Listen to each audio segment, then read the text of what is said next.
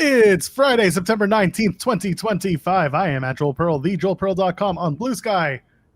And it's time to get in the weeds. Fantabulous Friday. We are here. We've got plenty on the plate for this weekend. It's nonstop. It starts right now.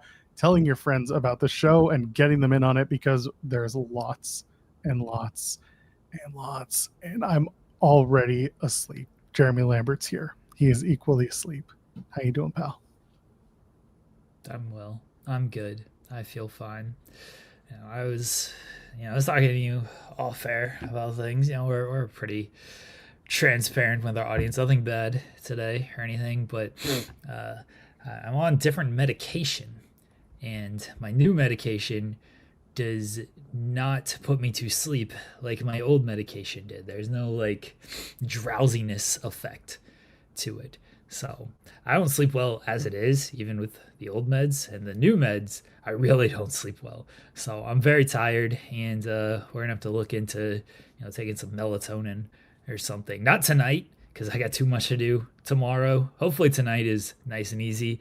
I got too much to do tomorrow to feel like any after effects of, the first night on trying to take a sleep aid. But maybe tomorrow, after everything, I can take one and then sleep all day Sunday, because what am I going to do on Sunday? Watch football? That sounds terrible. You gonna do? Are the Panthers playing? Yeah, they're playing, but yeah, that sounds terrible. Yeah, well, I don't know. Sometimes they have a bye week. I know that exists in football. Yeah, that's true. The bye weeks don't start until week 6. Every team plays until week 6 or 7. Oh, really? I think is it? Yeah. These are things I had no idea. Yeah, I could be pushing. It might not be that late. It might be week 5 bye week starts, but every team plays for the first 3 to 4 weeks, and then the bye weeks start kicking in for teams. You know what really? This is only week 3. Fair. You know what really helps? Watching a lot of wrestling tonight, because there is still a lot of wrestling tonight. There's, SmackDown. There's CMLL. Those are the big ones. Aniversario is going to be a pretty. The main event is what everyone's looking forward to, right? The MJF and Mystico match, and of course the return of Andrade to CMLL. He's going to wear his La Sombra mask, which he lost 10 years ago. So there you go. He lost it to Atlantis. So he's going to come in, he's going to shiv Atlantis, and then he's going to say, MJF, you're next. He's going to put his mask back on, and they're going to do the match all over again. This time, La Sombra wins, and MJF loses his title and his hair. Are people really thinking that Andrade is going to show up tonight? It depends who you ask. Oh, okay. I just would not expect it for a number of reasons, but kind of the biggest one being, I assume he's got at least a 30-day attached to this departure. Well, who knows? Yes, he was released, but there I don't know. Stranger things have happened. And plus, Andrade is a habitual line stepper. You think he's going to wait? He can easily just be like, I don't need the money. I'm going to go do whatever and get paid for it. That's true. I just would not expect. I think it was Lucha Blog, because Lucha Blog's very knowledgeable when it comes to this. Everyone, I have seen people talk of Andrade and MJF, CML and all this stuff. And Lucha Blog just 90% of Lucha wrestling is these guys shooting their own angle online that never comes to fruition. Legitimately one of my favorite moments in AEW history is Roosh just we're gonna unmask Dragon Lee here, because this was during Kenny's return match, and they just shot their own angle at the end of the match that never went anywhere, because they were just what if we do an unmasking angle here? That ruled. Roosh is one of the great workers of our time. It's amazing that we are currently in a position where Roosh is better behaved, if you will, than his former best friend. So regardless, I don't personally think that Andrade is coming back. Would it be a fun surprise? Sure, of course. That it's unexpected, but exactly what you and Lucha Blog are saying here.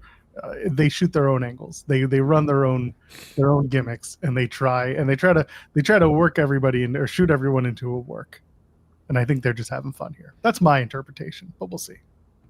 Yeah, please credit Lucha Blog for that quote. Do not aggregate me and say that I said that. I was simply quoting Lucha Blog, who is much more knowledgeable on these situations. Until you rebrand as Lucha Lambert. Lucha Legend Lambert. Can I get away with Triple L? Oh, Triple L is not exactly what some kids would want you to call yourself, unless you want to be a big old loser. No, I don't want to do that, but I don't think I can rebrand into a Lucha outlet. That's too much for me. I got enough going on. Trying to keep up with the world of Lucha seems insane. There's too much happening. Yeah, there's too much happening in Lucha. Like Luis Polito, who's always like in our chat. You're in our chat now, Joel. So you see like Luis will be sending stuff with Lucha, and I'm like, I can't pretend to care about this AAA match between people who WWE does not care about. No offense to any of these wrestlers or anything, but he's trying to get more coverage for the Lucha side of things. And some stuff is like, all right, you know what, that's good, that's big, we can do that. But then they just announce a match for their tapings, and it's like, we don't need to like fully cover this. It's not a WWE name. Go in there. They're probably not even going to mention it on their show anyway. So sorry to whoever might get booked that is not as high value as other talents are. Wow, Lucha Lambert burying the lack of SEO that Lucha Libre stars bring to America. And Lucha Luis also getting buried for trying to work. No, Luis is very good. I like Luis, and I appreciate Luis. This was not trying to be a burial of Luis. This was trying to be I do enough work, and so the priority of match number 2 on a taped AAA show is not very high for me. That is my that is what I'm saying, that trying to rebrand as a Lucha Lambert, I just don't have the capacity or time to care about that stuff. I'll care about the main event. You can get me there, but like the CMLL show tonight, I know MJF and Mystico is the main event. I have no idea what else is on this show. Absolutely none. So I'm sure it's going to be a good show. It's a 92nd anniversary show. It seems like a pretty big deal and everything, but I don't know a single match on this card besides MJF and Mystico. Well, let's see what I can find here. I'm going to pull it up here. 92nd anniversary show. Oh my gosh. Why are you making me sort through all of them? 92nd. Why does it's not even giving me a just go to cage match. Yeah, that's true. Come on now. Well, no, I was trying to bring it up on Wiki because I had my Wikipedia is gonna. Yeah, I got it. All right, I've got it. Okay, here we go. Hair versus hair, because that's why it's title versus mask, because you already have a hair versus hair match on the card. And according to Andrade, MJF is a pussy. That's true. Well, Rey Bucanero and El Felino, they're not the words that Andrade uses. Right. They're doing hair versus hair. The world's women's tag championship. Felino is 61 years old. Rey Bucanero is 51. Bless. Listen, man. It's going to rule. It's going to be bloody. And you know what? All of that just so that a man can get a cheap haircut. Listen, that's what we're all after.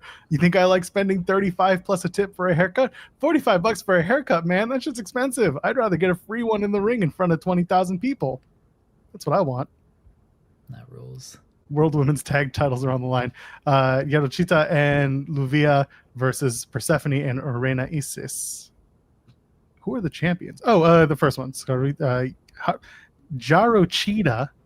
and Luvia. They're the champions. Puesta Eliminator, Ultimo Guerrero, and Averno versus Dragon Rojo Jr. and what is that? Barbaro Cavernario versus Esfinge and El Valiente. You did well. I feel like you did pretty well. Did with okay. These names, yeah. So like I know who these wrestlers are. I don't know the stories. I don't know anything going on with any of this stuff. I'll be tuned in for MJF and Mystico. Apparently that's not the main event. What, the Apuestas finale? Is that it? Who knows? Yeah. You know, if there's someone who's gonna know, it's Lucha legend Cam Hawkins. From his car. Look at this. Yeah, what is this? But mobile. See, hi guys. Hello, Cam. How are you? I'm well. I just made the trip from Austin to San Antonio. It's my mother's birthday weekend, so my sister's in town, my aunts and uncles. Hey, don't want to take up a bunch of your time. We talked a little bit yesterday. Did you guys get a chance to go through and check that out at all? Yes, I read it after the show, and as I mentioned yesterday, like I knew it would be. It was a great job with MVP, and so insightful with Yeah, everything that he has to say. I think it was just an extension of who he is. It probably could have been a lot longer with as much as he said, as much as he kind of went into. I love that we got to talk about it a little bit, and then the Gates came on right after. They seem to really appreciate the things he had to say.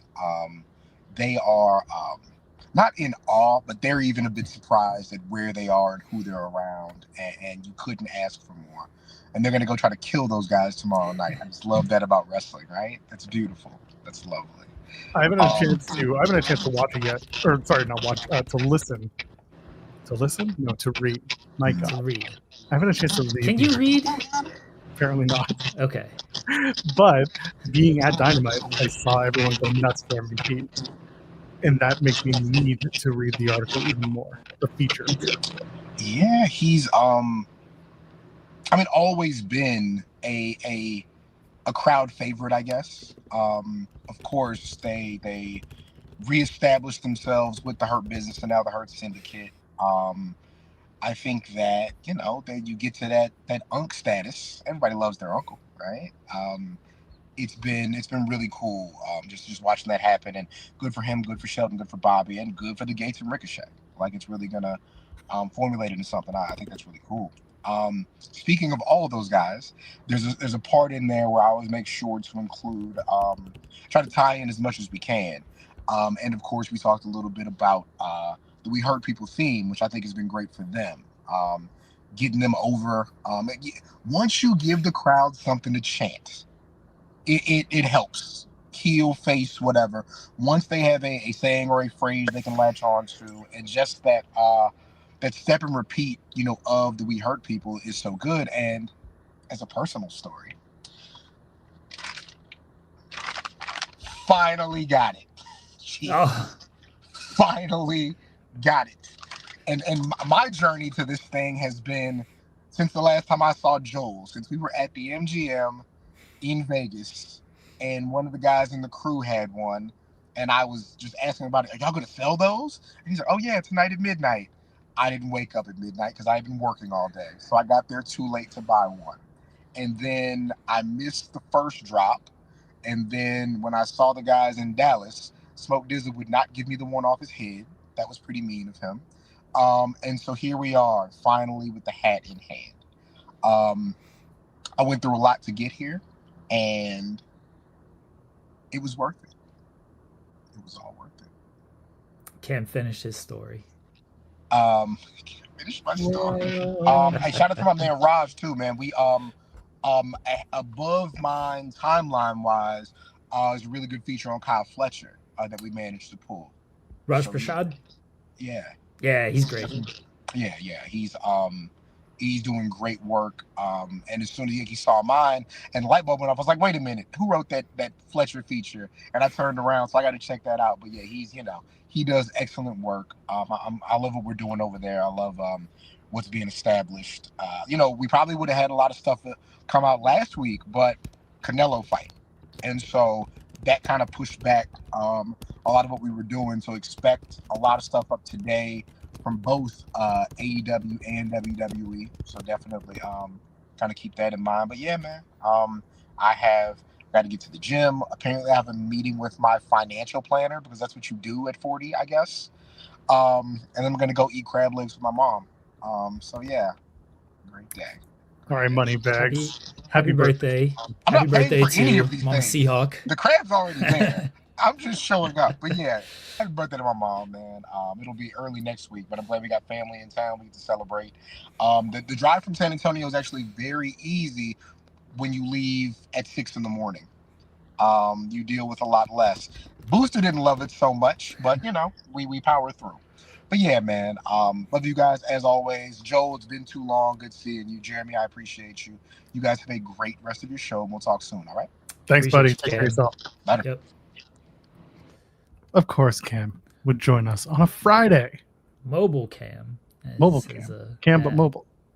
Mobile Cam out there. Yeah, when he popped on the show yesterday, it was like 11:30, and I'd just gotten done rearranging that, finding out that Gates of Agony was going to join us at 12, and so I was like, oh, Cam usually stays a while, which we love having Cam on for a while, but I was like, Cam, you got like half an hour at the most here, unless you want to hang out and interview Gates of Agony with us, because Sean was going to join us. Like, you want to join this interview as well? Oh, we always love having Cam on, but I knew his appearance was shorter than usual yesterday because we had guests at 12 o'clock, which we did not know we had guests at 12 o'clock until about 11:25. Yeah, that was a fun message to see on my phone while I was in transit in like a shitty area where my train Wi-Fi was slow and the train speeds were not so great. It was my phone was going in and out of service, and you're just like, oh, we're actually doing the interview today. I was like, oh, that sucks for me, but I'm glad that you guys got to do it. I'm glad that it was, representation from a bunch of different outlets in this case, and also Sean was there too. But it was good. The GLE interview was. I'm biased because we worked together on the show, but I thought it was a lot of fun. I thought it was really, really good stuff. It's fun. I appreciate it. Yeah, for people who have not checked that out, go back. Not right now. Wait until today's show's over, but you can go back and watch yesterday's show, and I'll probably put that up tomorrow morning ahead of All Out because coexisting is later on this afternoon, and so I don't want it to be too much. So it'll probably run like early tomorrow, like 7 o'clock or something. Tomorrow. It's only 15 minutes, so it's not like it's a super long interview that you gotta. Oh, we really need to sit down and dive into this before All Out. And it's like, hey, just check this out before All Out. 15 minutes, get through it. So yeah, probably Saturday morning that'll go up. There you go. There's a really good thumbnail for it. They look dapper. I had to go look for one because I didn't want to. First, I wanted to do a thumbnail that had them both in their the tribal attire that they wear when they go out for a match, but there were no really good close-up shots of them doing that. And then I realized, well, one of them's wearing like a full-on mask, and it's like that doesn't really show their faces. And then I was like, wait, no, now that they're GOA and they're with Ricochet, they're wearing suits. There's got to be photos of them in a suit, but then every single photo was them in a suit with Ricochet in the middle. I was like, this is the worst. But then I found the Spring Breakthrough photos, which I think was around the time they re-signed. It was somewhere in there. They're wearing suits. That's all that matters, and they look really good together. And I was like, yeah, this is perfect. And I found one on one of their Instagram feeds, either Toa or oh my God, why am I blanking?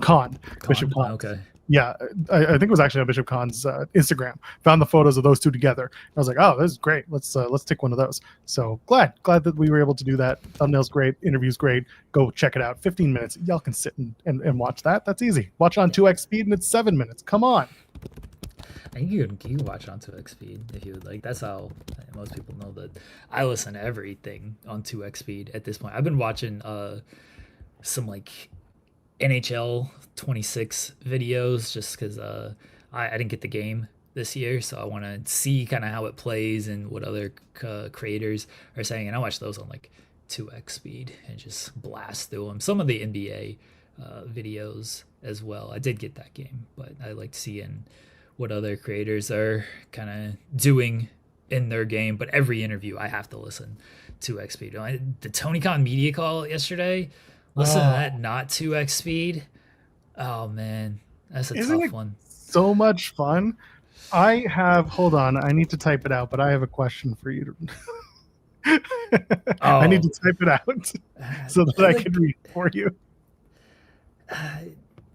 It's tough, you know what I mean? Yeah, of course. No, I'm not gonna rag on it. It's just funny because everyone does their job differently. That's all it is. Yeah, you're not gonna get an answer out of anything anyway, sadly, because Tony's he's got his answers already, and there are some people like the guy who asked the I wrote down my question type of thing. He has a really good question. It was a political question, and Tony kind of gave what he gave as far as AEW, the wrestlers are their authentic selves in reference to Hangman and Brody King. So I'm pretty sure he's from CBC, from the Canadian Broadcasting Corporation. So what people should know is that the CBC is the publicly funded broadcasting organization. It's kind of like NPR if you're from the States. So CBC is a publicly funded, government-funded broadcasting corporation here in Canada. So for him to ask that, it is topical. Again, everyone has their assignments. So when I heard him do it, I was like, the way he was getting around to it was a little bit wordy, and if you listen to it, you'll hear it. But like, I understood where his line of questioning was, so I'll let you continue breaking that down. Yeah, it was a good question though, so I didn't have an issue with that. And he even mentioned like this was his first time doing that, which right. Very well could have been. So like, I get it. But then there's other people that just, you can tell they have like a script of their question, and it's like, do you really need to script out your question just to ask, please give me your thoughts on Tony Storm and this great booking you have done? Like, do we really gotta, like, Tony's gonna give you the history anyway. You don't need to give the history for him on this. So it's funny because if I'm in the PR seat, or if I'm the one picking the questions, I now know this particular name and this particular style of question, and this is my Tony can sit back and wax poetic question. And until this person throws us a curveball, they're always going to get called, because it's always going to be the same line of questioning, which opens Tony up to go into promoter mode. So like, I understand from the pick me PR standpoint why they do it, or why this person gets picked every single time, for example. But until they throw a curveball, it's not going to change. And for people who are covering the call, or even if you're just someone listening to the call, you kind of realize this is going to be every time. This particular person gets called, they will ask this particular question, Tony will answer accordingly. Even if there's no curveballs to throw, because no matter what your question is, Tony he ain't going to give you a whole lot. I mean, we're going to talk about the thumbnail here whenever, but he just ain't going to give you a whole lot on these media calls, especially the media calls that are like pre-show. He used to be very, very fun on these, but then, he dialed it back. The post-show, you might get a little bit more, just because like he's juiced up from the show, and so he might be a little amped up on it. But even then, nowadays, like you just don't get a lot from Tony. I'm going to ask your opinion, and chat, obviously make your feelings heard. This is a little serious. So I joked earlier, so maybe Jeremy's laughing. I joked about, because I will be at the All Out press scrum, maybe we can all brainstorm some questions, and I have some written down, but I actually want to ask, this is a more serious on topic question for us. If this question, if I were to, because I was going to ask about the 2027 SaudiMania, are you looking at doing a large scale event, which I'm sure a lot of people are looking to ask him as well, if they're in the bubble. I think they're going to ask, or they wanted to ask. Now that it's been asked, is it worth it to ask again, reframe the question and say, following up on your comments from the pre-show media call, do you have an idea of what type of show you'd like to have, and would you consider having independent wrestling organizations partner up as a larger scale event? Is that something that's, in your eyes and chat, worth asking in the room on Saturday evening? So I think it is, but your answer is going to be, that sounds like a great idea. We're looking at a lot of different options when it comes to... I am aware of what the answer will be, and I am aware of... But again, so here's my thought process is both SEO, and it's also just giving something, maybe getting something more. Because like you said, he's jazzed up. Maybe he's going to speak a little more about his excitement about the idea of the show. I don't know. I'm just kind of... I'm just kind of in the thought process of what might work.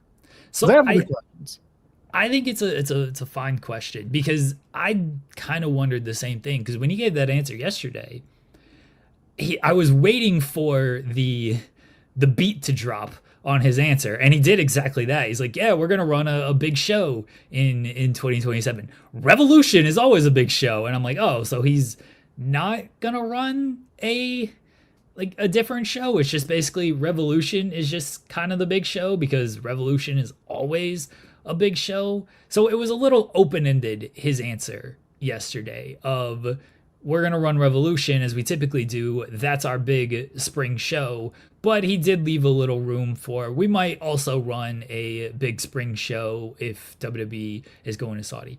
It also is, it also is 2.5 or a year and a half away. I'm sure they're not looking at too much on the docket for a year and a half. They got to get through next year first. And I think that's where he wanted to leave it open-ended of Revolution can be our big show if it needs to be, but if something opens up, we might be able to add a show there. But I would like some more clarification on that. I just don't think you're gonna get any real clarification at this point, and maybe ever, until they actually announce something.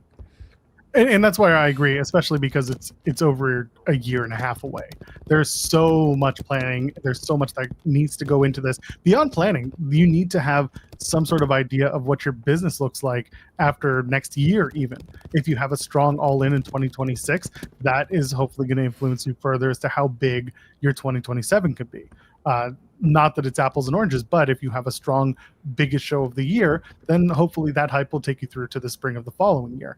Who knows? It's again, I agree largely that it is a question that has a lot of open-endedness to it, given the time of year, given how much time we have until 2027. But it was asked yesterday in the pre-show call, and a bit surprising to hear him say that he's interested, and we'll talk about it in a little bit and maybe go a little bit crazy with what it could be and really dig into it. But earlier in the chat, Matthew Hooks asked if there has been a change to AEW's PR, and he says he feels like things have swung in a good way for the last 6 to 12 months. So there were changes in PR a few years ago when Adam Hopkins took over, and he used to be one of the VPs for WWE's PR department. Hopkins left, he got picked up by AEW, and he comes with not only a lot of connections, but he comes with a lot of experience. And part of that was building a team and building out a team that was able to branch out and give more opportunities for talent to interview elsewhere outside of the wrestling bubble for AEW. And outside of just doing local media, we're going to go to, Chattanooga 3 on the, where we give news on the ones and all that stuff. He was getting legitimate outlets to do legitimate interviews, and as a result, a lot of this it's not blow up, but obviously AEW is getting more mainstream attention based on the fact that these connections have been fruitful. And you're seeing more wrestlers showing up in more mainstream places because their PR department has branched out and grown, and they've also spent a lot of time, as you've seen, working with certain high-level executives who work for the company who like to tweet late at night at various hours on how to just keep it in the drafts or say it differently. And that's been appreciated for some. Others have really missed the crazy late nights who gives an F gifs that go around or videos of Roderick Strong turning around and saying, who gives a you know what? But it is how you portray yourself. That, Tony. I know. I miss him. I should ask him when that's coming back. You got one job here, Joel. So I've thought about how I'm going to get there. Okay. So I've for the last few times I've done an AEW show, or if I've done a press scrum, what do I ask about? I ask about music rights and licensing. Yes. If somebody comes out to a new theme at the show, that's going to open me up to a question about what goes into the decision to have someone do a licensed theme song versus a Mikey Ruckus theme song. And also, when are you going to spend some money on Lovin' On Me by Jack Harlow? If I can amalgamate the two, make it topical, and also add in the most important question in the room, then I will absolutely be doing that. It's written down. It's ready to go. I know how to get there. It's a little bit of a hitch that hopefully someone comes out to some new music, but with the amount of potential returns, and including one for sure return, that's Eddie Kingston, there might be some new music for some people down the line on Saturday. Okay, but let's say no one does come out to new music. Well, then I guess we're going to have to find a different way to phrase the question. I don't think you need to find a different way to phrase the question. The question just needs to be asked, Joel. You know the question needs to be asked. As people are mentioning, you'll not be welcome on this show on Monday if you do not ask this question. He's like, if I get a day off, let's go. You will not be welcome. We don't care about your live All Out experience. We don't care about your thoughts on Wrestlepalooza, which you may or may or not watch by Sunday. We don't care if you do not ask the most important question that needs to be asked. You'll be banned from the studio on Monday. I'm going to be banned from my own studio. What am I, Jimmy Pearl? Joel Kimmel? What is wrong with you? Joel will be on an indefinite leave of absence. If he does not ask. It'll be an indefinite hiatus if I don't do the question? Yes. God, that sounds like... We are all counting on you, Joel. Well, you're going to have to find your next star, I guess. We are all counting on you to ask this question. No one will do it. Everyone has been a coward so far. I message Barnard. I message Kate. I message Sean. I message Alba. All cowards. Why are you asking the serious people? Why aren't you asking Lawrence? Lawrence is going to be there for Love Wrestling. I put it out there publicly. Well, there you go. Everybody can see it. I'll ask Lawrence. All right. I can ask him. I'll message him right now. I'll message Lawrence right now. Who else is going on to this show that I can bug with this question? Everyone. And I don't think everyone's going to this show. What is this question I'm being asked in our Slack chat? What? The instrument in the opening of Gunther's theme. Oh. Is that nice? It's a violin and cello. Where is this? It's in the social media. Oh, I don't have access to that channel. That's fine. No one clues me in on that stuff. Why are you in that channel? I'm not in that channel. Because I send a lot of content for them. Oh. I don't get in the channel at all. What's Lawrence's Twitter? I can't, the search doesn't friggin' work on Twitter, so I can't pull it up. He's NDG Cartier. Oh, I wouldn't have guessed that. No. Or is it Cartier NDG? Oh, I can't spell that. These Canadian spellings. I don't think Lawrence is in our chat today. Well, he was earlier, but I don't know if he's still in here. Lawrence! Lawrence, where are you? He mentions he pays more for his hair and beard cut than he does for than I do. And then I can't find him on Twitter. I just told you what it was. I can't spell. Okay, here it is in the private chat. Use your copy and paste options. Hey Tony, big fan, will you follow me on Twitter, please? Oh my gosh. All right, I got Lawrence. Oh my gosh. Why is this so difficult? While you're getting to Lawrence, Mod Revolve sent a super chat saying, what kind of local promotion are you seeing for All Out? You know what I've seen a lot of for the last few months? A lot of targeted social media ads. So Facebook, Instagram, and Twitter. I see a lot of All Out ads through socials. I know that some of the wrestlers I've been speaking to, local media, local programming, this is a fun one. My buddy Nav is doing a feature on Josh Alexander, and he followed Josh's seminar at New Wave Wrestling Academy that happened yesterday, actually. So he followed Josh there. He went to New Wave. That is something that he's going to be doing a full report on his show. So check that out. And yeah, they're out and about. They were in London on Wednesday, so that's part of the whole doing local media in London. And then they've been with a bunch of content creators. I know that, and they've been doing our stuff. They've done their Zoom room interviews now, but they're in Toronto today. I assume they're hitting up multiple places. Those who are doing interviews.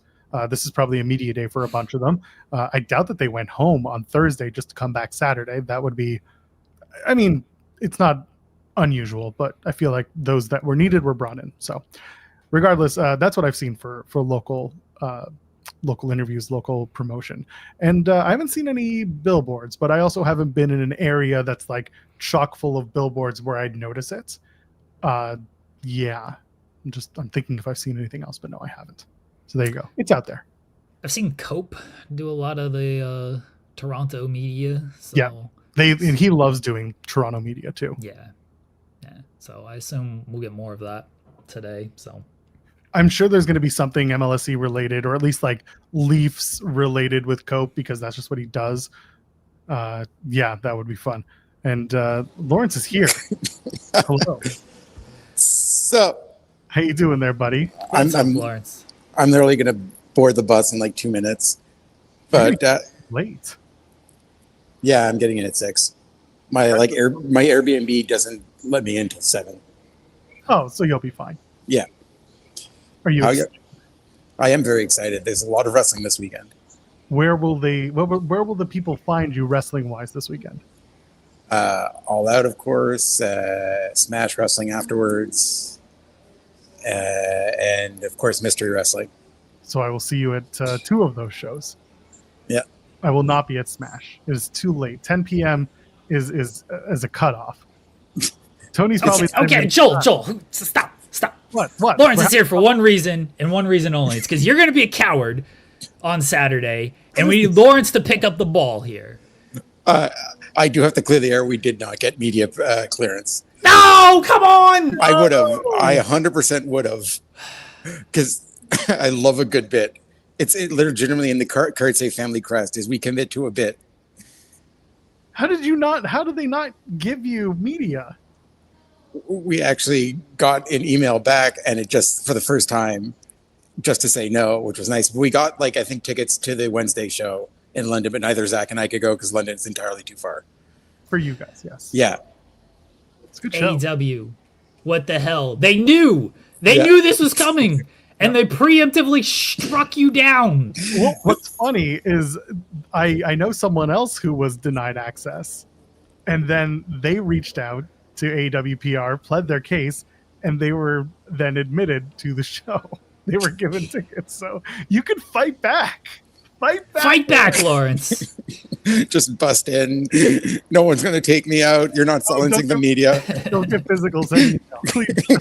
Joel Pearl told me to do this. I don't want people thinking this is a September 20th thing. I don't want people thinking we're storming the Scotiabank Arena, okay? I'm a patriot, damn it. Lawrence getting carried away by security, just yelling, "When are you getting Lovin' on Me by Jack Harlow?" You have the money. You're giving away $1 million every week in matches. Just give it to Jack Harlow. Hell. Oh, man. You know what the funny part is? I used my influence to make sure you wouldn't get admitted to the show. I knew it. Joel's silencing me. I'm going to make you carry him around in a giant baby Bjorn, so help me God. You do not stop my dreams. Well, I will be dreamily with you at All Out and at Mystery. You can probably come and sit with us at Media Row and All Out. Where are you, like in the 300s right now? No, I'm in 100s. Oh, so you can come over to us. I'm sure they'll be fun. Yeah, that's what I did for Revolution last year. I bought a ticket to last year? Yeah, 2024. I bought a ticket to support Sting in his final match, and then I just went and sat with SP3 in the media section. There you go. Easy as that. They sat me. You know where they sat? We'll talk about the London experience in a little bit. They sat me with the seat fillers to start. As they should. They just assume you're one. Yeah. I don't know what. They just put me there, and I was like, I don't want to sit here because it's a lot of people who have family here. It was not the place I wanted to be. And then I noticed my pals over in by the hard cam. I was sitting in the corner area, and then they put me over where Mox came in for his intro. That's where they had me originally, and then I moved over to where hard cam was because my pals, Mr. Jacob Cohen over on Twitter, people know him for the NXT scoops and everything. He's a buddy of mine, and Rob Viper were there, and another guy who's friends of ours. They were all sitting together, and I was like, "Please tell me you have a few seats next to you." And they're like, "Yeah, free row." So it was like row 2, right in that hard cam section. I was like, "Let's go." It's perfect. So, yeah, come and sit with us. You will have plenty of space because London is exactly like Toronto. Yeah, I will message you about tonight. I need to go. I think my bus is boarded.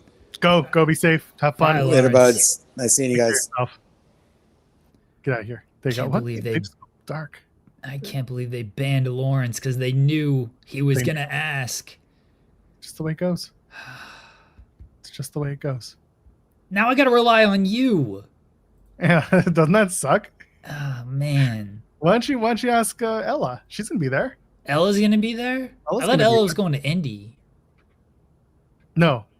Ella's coming here. Unless that's like, no, I'm pretty sure she's like 99% sure, unless she's suddenly changed her plan that she's coming here. All right, hold on. I'll message Ella. It's just somebody. Alex, Queen of the Ring. Alex is also going. Oh, Alex is she's a fan of bits. Yeah, no, Ella's here. She posted a photo of the CN Tower. I don't pay attention to what people post online, Joel. Which I assume is a new photo because, people who take the bus to get to Toronto from the US, man, how do y'all do it? God bless y'all. I can't. I had to fly. I have to in this case. I understand fears of flying. I just couldn't do it. Anyway, you're gonna ask Alex and Ella? I'm messaging them both. You're asking all of the women in the wrestling space to ask a question that's going to get them ridiculed for asking. How dare you? You're trying to ruin women in the wrestling media space. You're trying to set them up for failure, Jeremy. I know you know better. Do I know better, though? No, you don't. That's probably the best part of it all. I was being helpful. I wanted to do the bit. You ruined my career. Of all the ways to do it, at least you picked the nicest. The most innocuous. Oh, Ryan, you're going to do an Amtrak trick around this. So here's the thing. I've seen all of these travel YouTubers do the Amtrak trip, and like 99% of them are like, we're so excited. And then immediately like 75% of them are like, damn, these trains are dirty and gross, and my train is late, and I'm going to miss my connection, and the staff are assholes, and oh, there's a fire in the next car, and oh my God, we're going to be so late. Yeah. So good luck. I hope nothing goes wrong on your Amtrak trip, and I hope that they have new train cars for you. Amtrak sucks, but they're trying. That's basically the American theme at this point. Yeah, we suck, but we're trying to make it worse. But at least we're trying.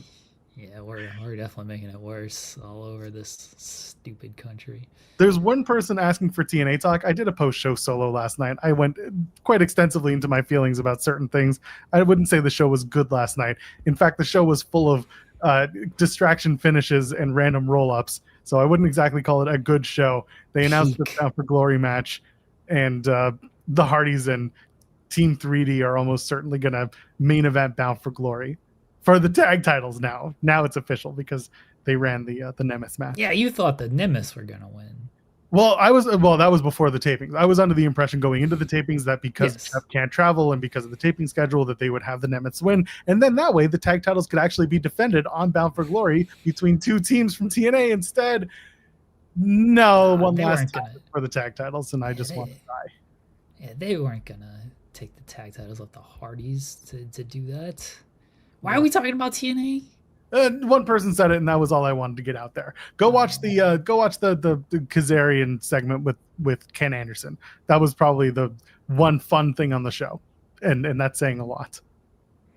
I watched the show. I covered the show. Yeah, those are the two things. That's all. That's it. That's all. That's all. Because I always try to give you guys like one or two things to watch in the show if you're gonna go seek it out. The Ken Anderson, Kazarian, Macklin, and something segment is probably the only thing I can tell you is worth checking out from this whole thing. Oh yeah, and Ridge Holland showed up. He's gonna have a match with Mike Santana next week at the Victory Road show. They were so upset on Tuesday, and then they just came out and did their show like normal. They ran. And I talked about that on the post show about the keyboard warrior TNA stars. It's like there's such a disconnect because of the pre-tape mentality. It's like rules. We can't do shit. They can't even I don't know what happened that they couldn't just pre-tape something or maybe send in stuff from home. How about how pissed they are? Nothing. They just had a recap package and then made a quick reference to it. And it's like, all right, bunch of cowards.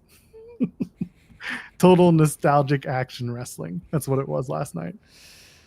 And that's what Bound for Glory is looking like. Bunch of keyboard warriors. They told us we suck, but we're going to work like it's normal anyway. Yeah. But you don't understand. More people watch the CW show, so they're going to pay attention to us. No, they're not. Anyway, to that one person, there's your TNA talk. Shall we keep going? By the way, we're 45 minutes in. We're going to get into the thumbnail talk. If you haven't left a thumbs up yet, what's wrong with you? We haven't even done that because we've been so busy talking about literally everything else. So let's get the pyro laid in. There you go. It's the first hour Nitro Pyro that we missed. And then while you're at it, you can also subscribe to the channel. If you haven't yet, go ahead, do that. Free 99. And if you want to submit some financial incentive to us to do whatever you want, you got we do in the third hour. There it is. There's a lot of pyro.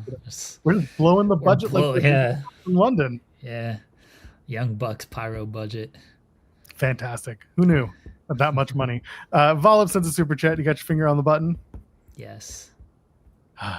Says this will be threat level vanilla, an all-time Vanilla Fumble. I'm vanilla, baby. If you don't ask TK for loving on me for Blake Christian, this means I guess more to me than you. It means more to all of us. It does. It is Joel. A show running bit. You are representing the entire community of ITW. Here. That's right. This is not just you out here. It's true. This is the entire ITW community. This is Blake Christian, who's been a guest on this show. He has. That is accurate. As well. Yeah. Don't let us down, Joel. Do not let us down. I will do my best. I will do my best. I will make it my business to ensure that the integrity of our show is maintained by asking the important questions like this one. I don't want you to come on here Monday at all if you don't ask the questions. I mean, if I don't get to ask a question, which I doubt will be a problem, then I will be asking the question. Don't you worry. I don't want you to come on here on Monday, and I don't want to be like, well, I guess your best wasn't good enough, Joel. Wow. I want to be celebrating on Monday. Jeremy, they're all going to make fun of me. Not here. The internet's going to be like, you had Tony Khan and you didn't ask him a waterboarding question? You didn't ask him about the lawsuit against Vince McMahon and why Brock Lesnar's on the show that they're competing against? You didn't ask about that? Why didn't you ask about that? You had Tony Khan in front of you. You should have asked about it. Everyone should be asking about it. And I'm going to be like, yeah, but okay, you know what? I'll give you a pass. I'll give you a pass if you ask Tony, hey, would you ever book a guy who's been named 40 times in a sexual assault lawsuit? Because then you ask that question, I'll give you a pass, Joel. the easiest article you've ever written. It's just no. Just quote, no, next question. Oh, that's exactly it. Amazing. I'm gonna ask that question. Tony, have you ever done something so hard that your pants ripped in the middle of doing it? Oh God. Volib sends another super chat saying, but for real, why do we Indians need a VPN to watch anything AEW? At least we get Triller to remove the region locks. Or at least get Triller to remove the region locks and give us AEW Plus. I've asked to. I don't know what the situation is. In terms of their TV deal in India. I know others have asked. I know that there have been people who have asked Sean weekly, like, what's the India TV deal? And it's hard to look into it when honestly you don't have contacts in that world and your boots aren't on the ground there. So it would be nice. Listen, I want everyone to be able to watch it, but if we get a VPN, our website has a sponsored one, so you can go with them and you can watch the shows. Including this whole ESPN fiasco for the American friends. Like I have so many questions about how that show is going to perform in terms of ESPN versus literally every other method of purchase for the show.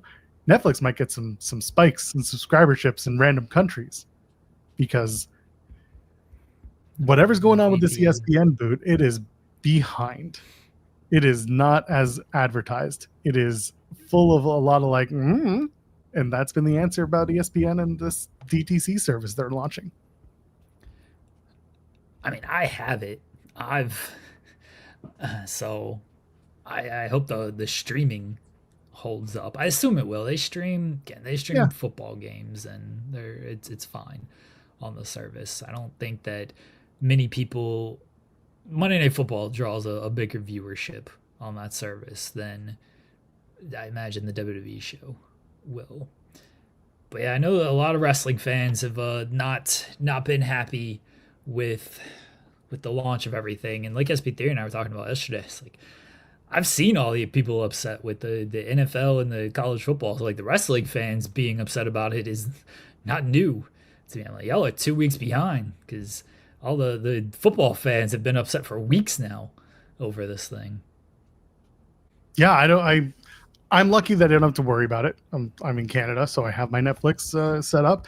And it's so funny thinking about back when they announced Raw was moving to Netflix, and we were like, well, feels like all the PLEs are going to move there too, and just move everything there when it's done, because that's what they've done with international TV deal rights or TV rights deals. And no, it's if you're in the States, we're going to do it from every single angle until you say no more.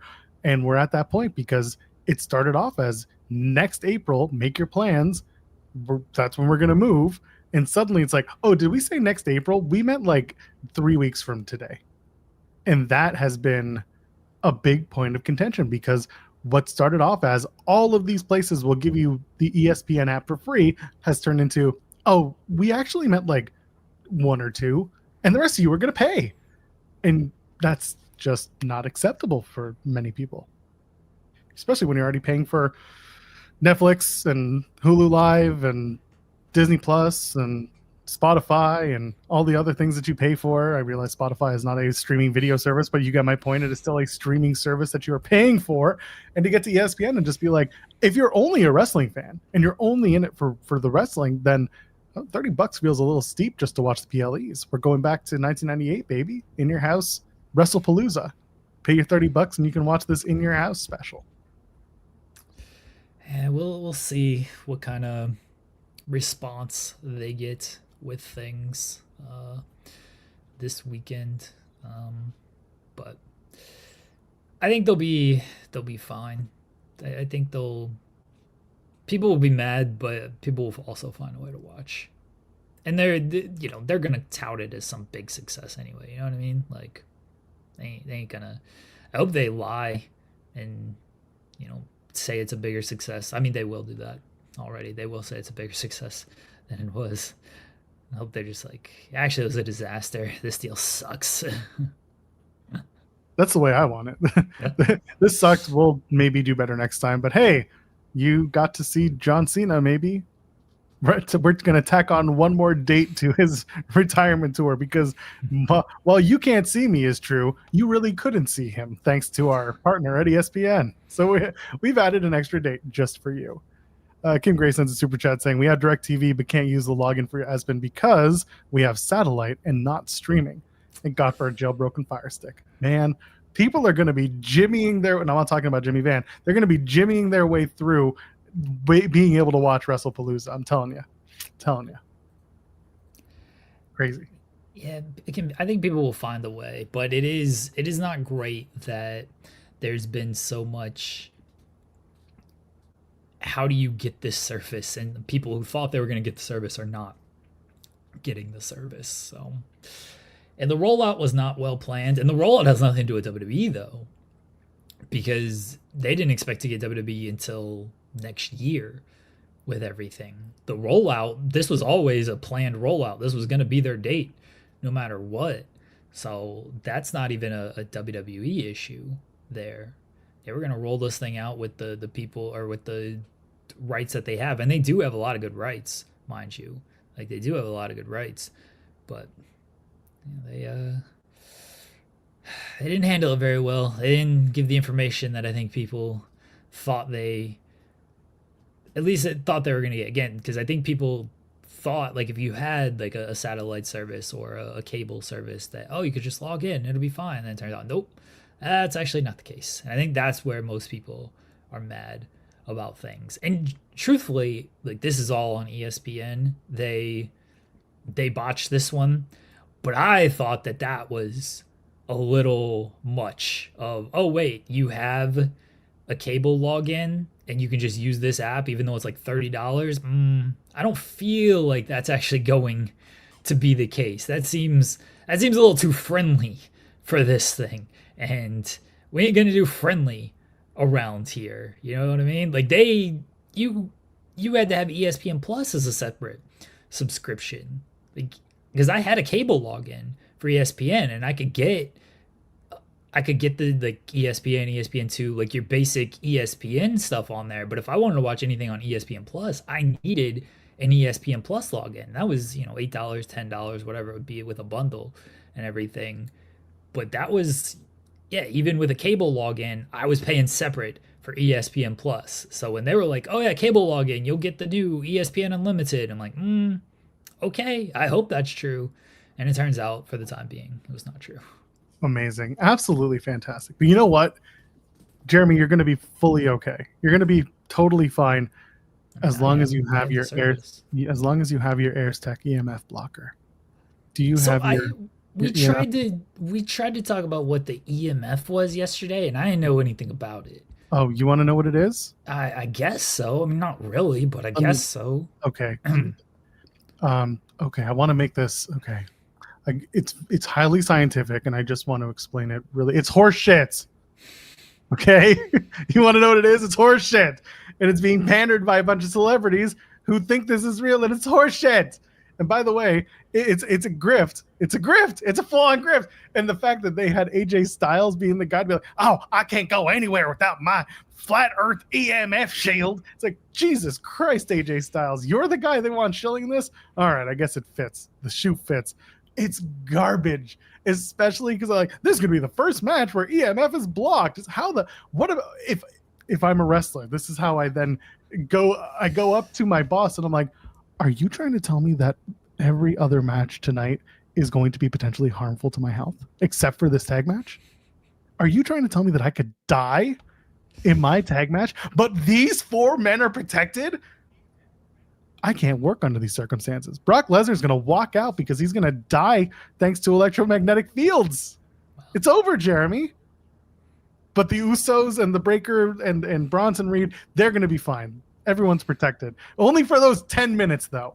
And then they're going to take them down, and everyone's just going to die live on air. And it's going to be just a huge moment. But you know who's not going to die? She's in Toronto. Ella J's made it. Hope not. Hello. Oh, Ella. I said I hope not. Just said she's not going to. Well, I'm here. I survived. Congratulations. So, thank Toronto, you. Though, so. I am. I think most people would rather be here than the original options. Fair. You're not wrong. Did you bring an EMF protector? Okay, Joel, hush. You have a very important job this weekend, Ella. I saw.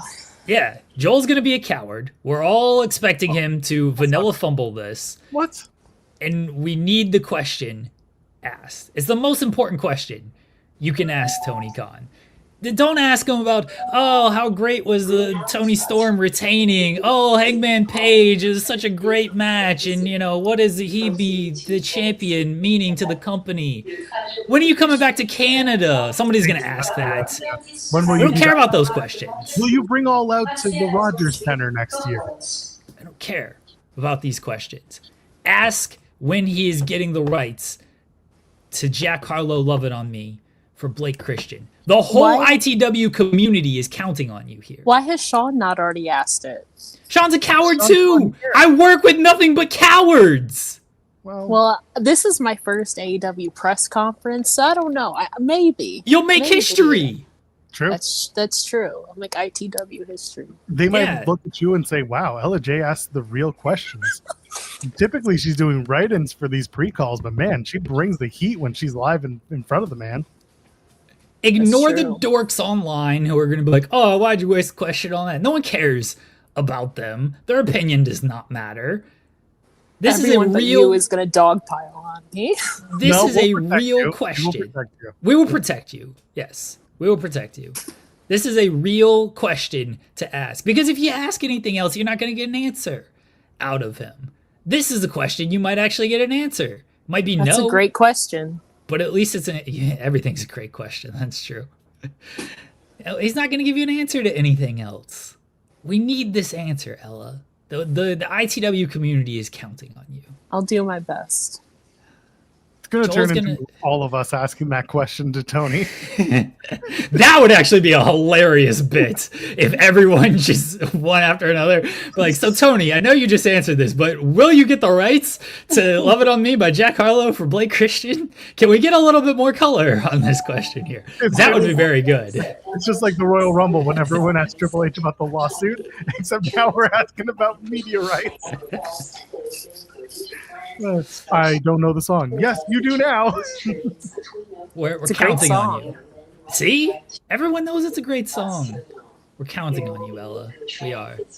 I'll do my best. If or not, at least, I'll nudge Joel. Yeah, you got to at least bully Joel a little bit. He's not allowed on the show. He's not allowed on the show on Monday if he does not ask the question. He's been banned from the show on Monday. Okay, I'll show up on Monday then. I do You're banned too if you don't ask the question. I'm banning everybody. Jesus. I do plan on sitting front row for this thing because I'll have my camera. It's true. I will be Mr. Keenan. I'll be in the Denise Salcedo seat. Yes, you will. Yes. Tell that person to shut up in the background. Automated. I don't know who they are, but shut up. For those who don't know, I'm at the bus station, okay? Why is everybody at the bus station today? Some people coming in, some people going out. That's all. It's time. It's time to come in. Okay, it's over. All right. Ella, what's your plan? I'm gonna go get settled, and I don't know. We might hang out, Joel. I don't know. You have to let me know. I know you're far away from where I am. No, you just live far away from Toronto. That's your problem. I do not live far away from Toronto. I live in the city. I just live west of the city. So there you go. I'm in the city of Toronto. I'm in a very nice part of it. You should come to this part of the city. It's nice. Aren't you on like one of the top floors though? Oh, you don't have to come you don't have to come over to my house. He just invite you inside. He's not that nice. No, not that nice. True. Come over and have lunch. Anyway, we'll talk. We'll take it offline because I'm not going to dox myself. Yeah, on this I show. know. I already had Adrian Hernandez try to do that once on this show. Yeah, that's true. In this chair. Oh, the chair's over here now. Sitting in the chair, just being like, "Oh yeah," and you got this, and basically pointing out all the landmarks near me and being like, "Thanks, Hernandez." Is Adrian? No, Adrian's going to Indianapolis. I feel like he's going to Indy. I know that Ella's here. I know that obviously Lawrence is coming. John Pollock, obviously, because he's Toronto local. And I know Alex, Queen of the Ring, is here as well. So I don't know who else is coming in. I know Mark Quill is representing F4W, I think, or the Wrestling Observer. So there's that. And I don't know who else is coming here. I'll message John Pollock. John Pollock will get a real answer. That's true. You should ask John Pollock. He would love to answer that question. He would love to answer it. Well, I've got one person's banned. Lawrence is banned from the press conferences, so he can't even ask. Joel's gonna be a coward. We'll see if Ella is a coward, and we'll see if Alex is a coward as well. Now, if he never calls on us, Joel.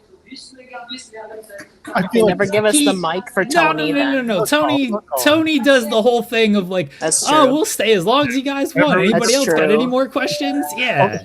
Although Adam's gonna see my face and just be like, "Not this guy though." I know what he's gonna ask. And then it's gonna be over. Never bringing him back. We got 3 shots at this, folks. Wait, who's Don't the let third? us down. Who's the third? Alex. Oh yeah, Alex. Did you put it out there for Alex? Yeah, she hasn't replied to me though. Yeah, she usually doesn't. It's fine. Yeah. So don't forget about Pollock. Oh, Brandon Thurston, I assume, will come here. Oh yeah. Imagine Thurston is the person to ask this. People will actually be mad at Thurston. I'm like, wait a second. Hey, he's not. He just did a satire piece, so it's not out of the realm of possibility. True. That's actually true. I don't want to get Thurston in trouble with this. Pollock, Pollock, Ella J, Joel Pearl. Yeah. We're all just fair game. Yes. So glad you think so highly of our. Thurston's gonna ask about Daniel Garcia. That's true. That's fair. He would ask about Daniel Garcia. I'll message Thurston. I like Thurston and I have a good relationship. I don't know John Pollock that well. I like John Pollock. I think he knows of me. But I don't know. I like John too. He's very friendly. He very much keeps to himself. Yeah, good for him. I've never told the story on the air because I just think it's funny and silly at the same time. After NXT Heatwave, we were both so burnt out, but we happened to be taking the same mode of transit to get back to our respective areas and getting off at the same spot. But like, he was so head down, don't pay attention to anybody, that I was like, I'm not even going to try to say mood. That's yeah. funny. He had his ear pods in and he was just like head down on the train. Like no one talked to me. And I was like, I wanted to say hello, but you know what? I think we're all done here because it's been a long weekend. Oh, he's good. I like him. I've asked Thurston there. I'm not a coward. Unlike Joel will be, and Ella might be as well. I'm not a coward. I have asked Thurston to ask the question. I do see that you have asked. Yeah. I know you're All going right. I'm gonna go get settled into my place. Enjoy. I may or may not see you later, Joel. Yes, shoot me a message. But I will see you tomorrow. Yes, I will be there regardless. One job, Ella. One job. Not just tomorrow. me. It should all just be a line of us asking it. Yes, everyone's sitting together. You all have one job. You're all going to be banned from this show. I'm going to change the link on everybody. You know, I can still access this particular show. I'll get that changed too. It's just going to be a solo show every day. That's fine. I can sign into this under my own account. I'll get you banned from that. I got friends in higher places than you do. How about we just gang up and ban Jeremy? That works too. 5 against 1. That's not going to happen. More like the director of Go Home. I'm too important around here to be banned. That's unfortunately accurate. Yeah. I'm way too important around here to be banned. Well, hold on. We do have the GOAT. We got Andrew Thompson back. That's true. But I'm still way too important around here to be banned. Welcome to In the Weeds with Joel Pearl and Andrew Thompson. This is going to be just something. I love the GOAT. Not sure he wants to do 5 days a week hosting. No, I definitely don't think he does. Bless him. I don't blame him. Have a safe trip, Ella. Get around Toronto. Don't hang out with Joel. Ask the question that everybody needs answered on Saturday night afternoon. I'll try my best. All right. I'll see you soon. Okay. Goodbye. Take care. There we go. Everyone's popping in today as they pop into Toronto. Good for them. Nice to see you. Need to pop in with one question. Just one question tomorrow, Joel. I'm not asking a lot. You should just ask Blake Christian to show up at the presser and ask the question himself. Yeah. That would be a fun bit. He just walks into the room, sits down front row, and he's in full gear. He's wearing his wrestling gear. He just raises his hand. Blake Christian, Tony Khan, I've got a question for you. Blake Christian, AEW. When are you going to get the rights to Love It On Me by Jack Harlow for my theme music? Oh, that's a great question, Blake. And let me tell you about your history here in AEW. Yeah. You've been on a great run in ROH. You're undefeated in your last 10 matches. Some might say you're going to go after the Ring of Honor World Championship soon. Some have even said you might win the World Championship. And he just winks aggressively at Blake. Just Blake sitting there being like, get to the answer of the question. Well, the answer is no. A very fun bit. If we could have Blake Christian ask the question. He's got it. Should have happened at the last 2300 Arena. Should have happened after the last show. Yeah. Ruined everything. Anyway, yes. Don't forget about your EMF blockers when you go to your wrestling shows. What the fuck is this EMF? I've already explained it to you. Yeah, I know. I still don't get it. I need a. Here, you want to know? Here's what I'm going to do. I'm going to put it in our YouTube chat so that everyone can see it. Hold on. I gotta actually find it. It'll take 2 seconds because it's going to pop up first. There it is. Okay. So here's the address and here's the YouTube link. Watch this later. Don't watch it right now. No. Watch it later. Yeah. There it is. Okay. Can I pin it? No, because I had to go on to the actual thing. Oh, yes, right. Ryan, it is in fact what I posted yesterday. Linus Tech Tips, who is from Charlie Brown? No, not that one. Linus Tech Tips is a 20 million follow tech YouTuber account. And Linus did a video about this about 6 or 7 months ago about how this is a huge scam. about how there's no science behind it. He tears down the thing. He has his entire team tear it down and check out this whole Airs Tech BS EMF thing, and they showed like there's minimal to no change when you're wearing or have this thing on. Like there's nothing in it. It's garbage. Yeah, LTT is one of the largest, if not the biggest, tech account on YouTube. Very popular, very well-known guy. Canadian too, actually. They're based out of Vancouver, or just outside of Vancouver. So definitely a video worth watching if you're trying to understand what these EMF blockers are or are not. Watch the video after we go off the air, and you get a good idea of what BS this is, because it's hugely BS. And they started this partnership a while ago. This is not new. The Airs Tech partnership started around WrestleMania, if not before WrestleMania. It was announced, and I was like, why have I heard this before? And I went back and I was like, oh, it's this garbage. It's snake oil, as someone in the chat mentioned. It's snake oil. It's garbage, man. And they're just it's grifter bullshit because RFK Jr. has, ties to WWE, and WWE has ties to the administration. And it's just like, shill the shit and we'll give you more money. And WWE's like, yeah, give me that money, baby. And everyone else is just like, it's dangerous. It's dangerous because there are people out there who think that this is a legitimate product worth purchasing, and you're just lining a snake oil salesman's pockets. It's garbage. It's gross. There's nothing. Yeah, bitch! Magnets! Oh! I actually love that scene. It's very funny. There is no science, unlike the science in Breaking Bad. Plenty of science there. Legitimate chemistry on that show. EMF blockers, garbage. Anyway, that's all I've got. Jesse Pinkman summed it up for me. That's exactly. Jesse Pinkman's going to show up at WrestlePalooza and just great. Yell, "Yeah, man, Magnus!" That'd actually be great. It's a great scene, the bank heist scene in Breaking Bad. Oh yeah. It's good stuff. That it's not good, bank heist. It was the police heist because they're trying to get the storage, the locker, right? Yeah, the evidence locker. Yeah.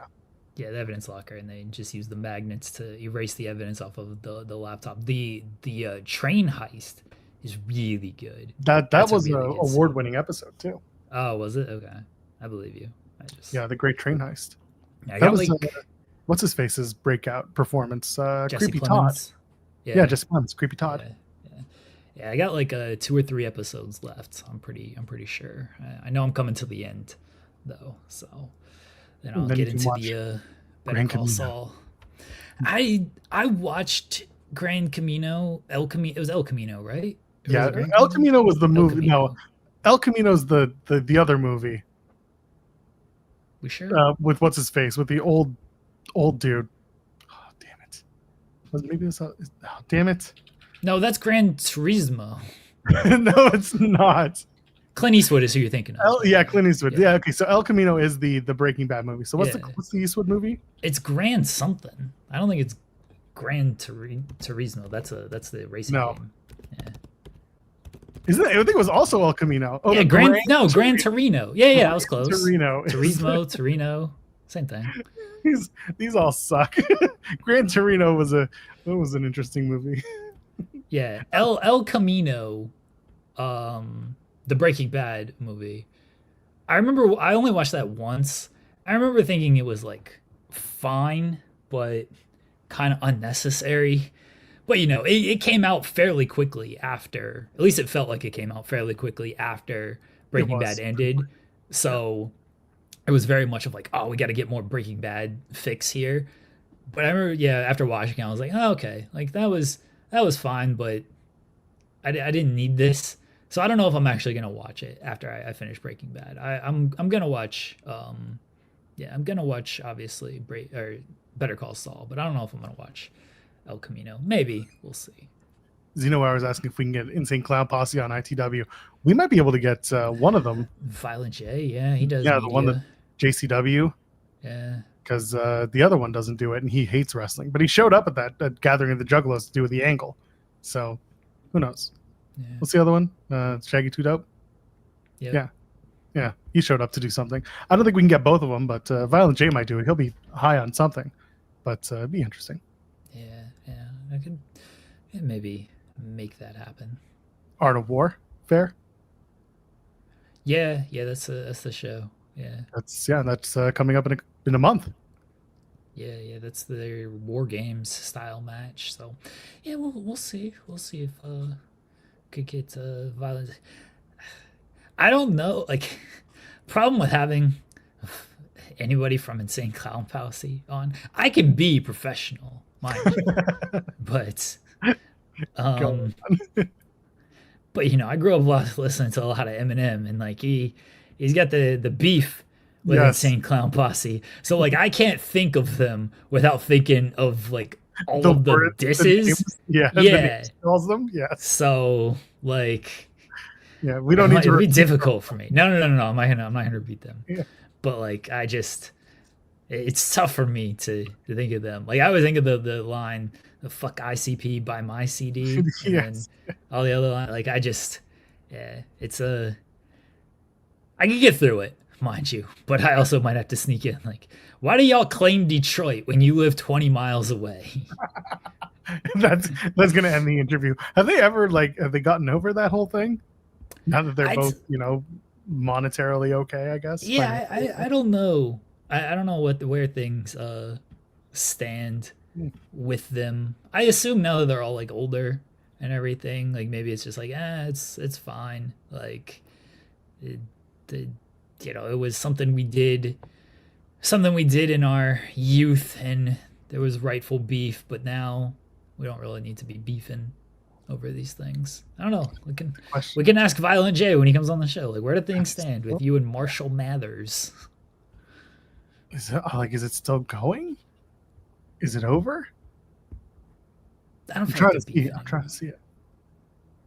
In the past, in the past they beefed. Yeah. Yeah. Everyone knows that.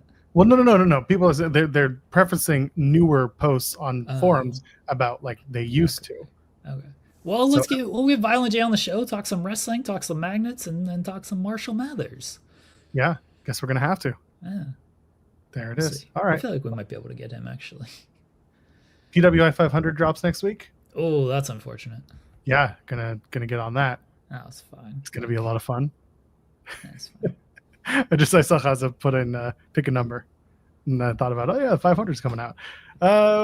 We should probably talk about the Rajah Jackson update. Oh, okay.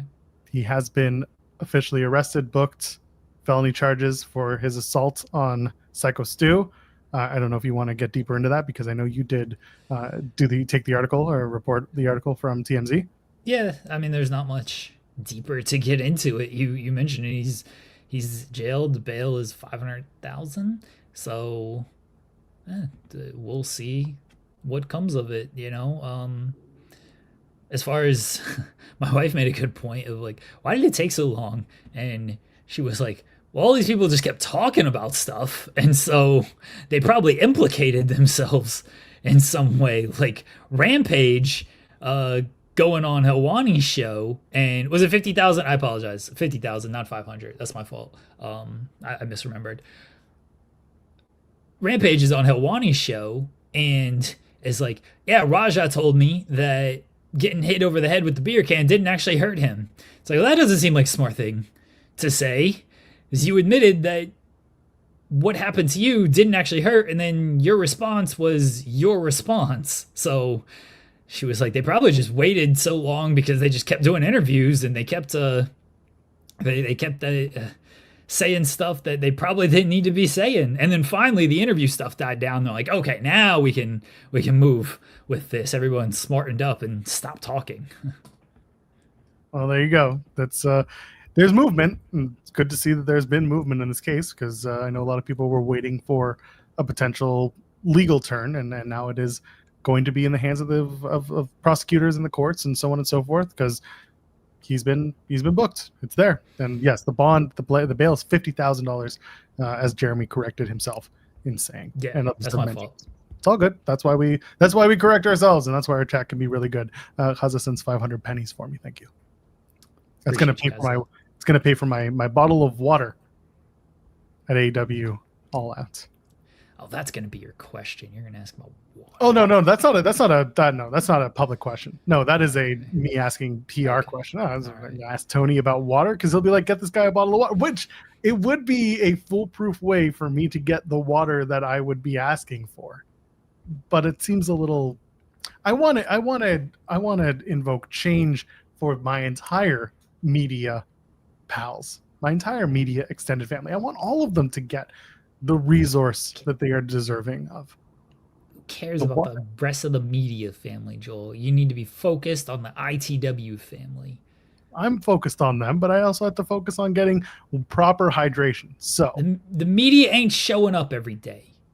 I don't even know if they're showing up for this weekend. They ain't showing up. The ITW faithful are here every single day supporting this show, and they deserve the answer. So I'm even more curious about who's coming to Toronto, given that WWE had media opportunities in Indianapolis today. So like, who's going where and who's staying where? I know it's been an ongoing conversation for us, but now I'm more curious because nobody expected WWE to be doing anything ahead of WrestlePalooza, and then they ended up doing an Indianapolis media row, and it happened or it's happening, and yeah, we'll see where it goes. So. See where people end up. I don't care about the people in Indianapolis. We don't care about WrestlePalooza. We care about Jack Harlow and Blake Christian and the potential return of Jack Perry as well. All Jack, all the time. Jacking off? We're always ready to jack off. I thought always ready was Matt Cardona's thing. He's probably in Indianapolis. Of course he is. He's getting ready for the big TNA show next week in Edmonton. Is there? Oh, okay. I was like, next week is Fury Road. It's in Edmonton. Okay. Yeah, they have that show. Oh, yeah. We're not talking about TNA. Stop. It's okay. We're not doing a post show for it because it starts at 9 p.m. Eastern. Why? Why did they do that? Because they're in Edmonton and they think that starting with the local time is the answer. But really, you could start the show at 5 Eastern or start the show at 5 local and you could have gotten it. But instead, nope, they're starting at 9, which is so stupid. Damn you, Carlos Silva. And like all of the people he had ringside with him from Anthem last night on the show. Like, here's Carlos Silva and a bunch of Anthem execs dancing to Matt Cardona's theme. Why is there a show? Just why is it? Why? Anyway, PWI it drops 9 a.m. on Tuesday, so be prepared for that. And I know how much our pal SB3 loves lists and wrestlers of the year. So I'm sure that you guys will be. I'm sure he'll be breaking it down and getting your non-reaction to the numbers on the page. Why isn't Jack Perry number 1? That's the question. For not wrestling the entire year, but still getting paid. How is he not number 1? The man was working on a shiv to send to his enemies. Yeah. He basically said that next time you know how it goes. Would you mind loaning me some of your lipstick, Mom? Because I want to at least look pretty the next time you decide to f me. That's what he was saying the entire time. You're welcome. Jack Perry should be number 1 on the PWI 500. I'm going to make the case for Jack Perry's number 1. Yeah. Not wrestling the whole year. Technically got paid. Champion. Got paid. Just got to make knives. Hang out with Anna Jay. Seems like a pretty sweet life to me. Yeah. And he gets to ride around in a scapegoat mobile, which I'm sure he's converted by now into a tiny house. It's got a full gaming setup and everything. How is he not? How is he not the best wrestler of the year? He should be the wrestler of the year. Paul Walter Hauser should be pretty high. QT should be pretty high because his match of the year to just matches ratio is like 1 of 1. So crazy. He should be pretty high. QT was on. They did a pre-show match in London. Did I tell you about this? Did you see this? No. Did I tell you about this? Did you see this? There was. Thank you, Jay Leno. Have you heard about this? I was going for Jimmy on that one. Oh, were you? I always think of Jay Leno. No, so they had a couple of guys from MLP. By the way, I can confirm the Scott D'Amore was backstage story because Scott literally walked up to me as I was sitting in my seat and being like, he's taking photos. I'm like, oh, I'm sorry, am I in your way? I'm like, no, you're good. Like, you don't have to crouch down, Scott. He's like, oh, bless you, because my knees are so sore. And the one thing I felt so stupid, I didn't get a photo with him. Because I wanted to, but he was running around taking photos. So Jeff Scott, who is the Maple Leaf Pro ring announcer, came out to do ring announcing for the pre-show match. And the match was Michael Richard Allen Clark, who wrestles for MLP, with Scorpius, who's another local guy. They took on QT Marshall, and QT Marshall brought out Hook. So they did a tag match. And it was a quick little thing, and Jeff was doing some stuff, doing the ring announcing. So Scott wanted to get photos of Jeff for not only MLP, but also for Jeff, and just to help his buddy. And that was fine. So I didn't get to take a photo with Scott because he was running around trying to do photos, and then when they finished, they all just kind of went backstage. So anyway, the match, the way they set it up was QT came out and babyfaced himself because Michael Allen Richard Clark said, QT gave me the opportunity to do this match, got something, gets on the mic, cuts the promo, and says, like, he gave me this match, but I'm better than QT Marshall, and I'm going to show the world that, everyone should be listening to Michael Allen Richard Clark, blah, blah, blah. And then QT comes out and basically says, you know what?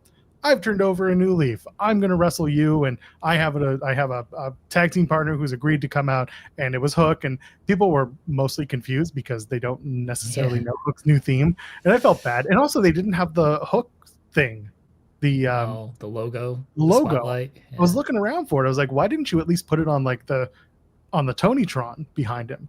But either way, he comes out. They did a quick 5-minute match, and Hook won, and that was it. It was just a cute little thing. But yeah, Scott, so the reporting was true. Scott was there. Maple Leaf Pro was backstage a little bit too. Some people who work Maple Leaf Pro were there helping out and visiting as well. So cute little thing to start the night.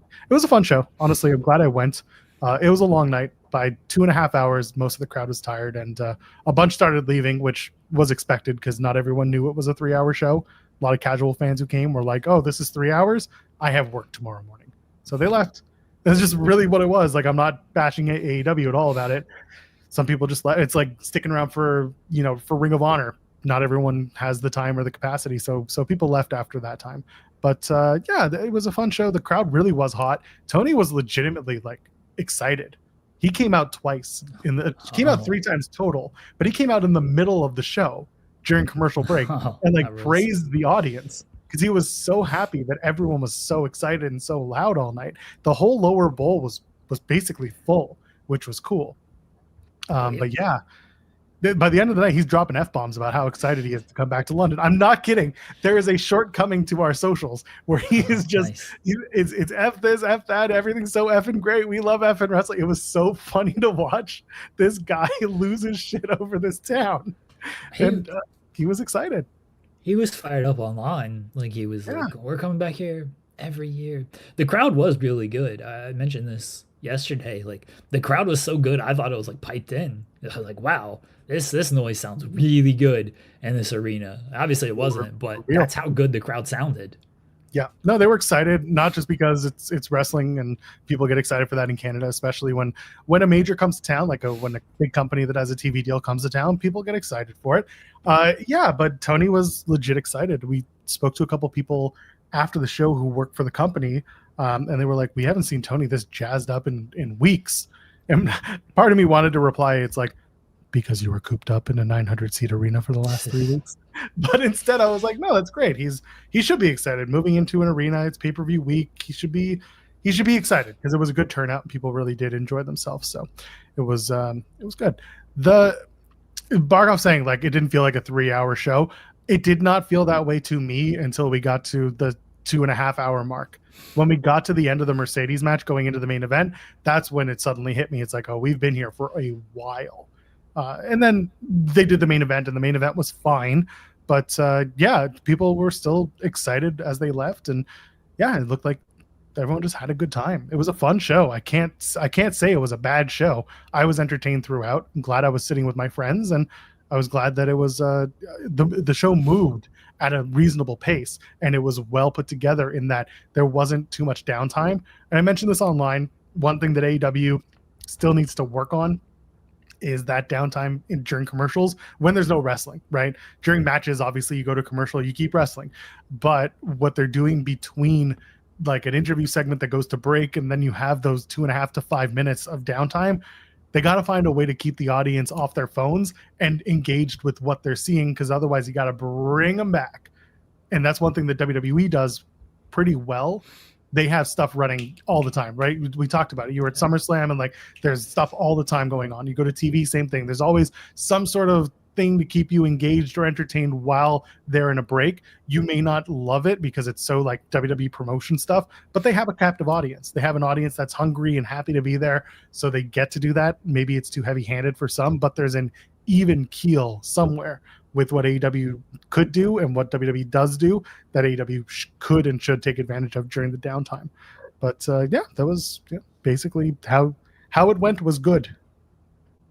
I'm glad you had a good time. We always say, anytime we go to like live shows, 9 out of 10 times it's a very good experience. You know, like it's tough to have a bad experience at a live show because the in-ring stuff is usually so good, and most of the crowds want to enjoy the show and try to enjoy the show. So, the live experience is always very good, and I'm glad you had a good time, Joel. Joel didn't hate AEW too much this week.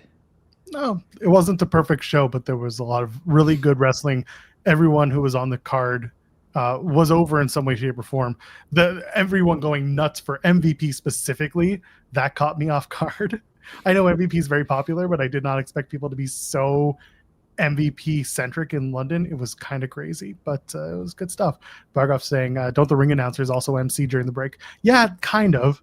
But the way that Justin Roberts would MC is like, who's having a good time? Or there's a birthday in the front row and it's a 7-year-old boy. And like, it's cute, but there isn't anything to like keep everyone like, here's our new t-shirt. And again, it's a little shill, but you have the audience there. Go buy our merch or something that gets you going. He pulls out his phone and does his like, here's the crowd and everyone's going to be on my Instagram. And it's like, we don't follow you on Instagram, Justin Roberts. Tell us you're going to be on the AEW one and you're going to collab with them on the whatever. You'll see it there. There's got to be a better way to do it. He introduces like the camera guys, which is hilarious. Because they just like, oh, they make you look pretty. And I'm like, no, they try. And they just introduce people around the ringside and get people talking. But it's not, personally, I don't think it's enough.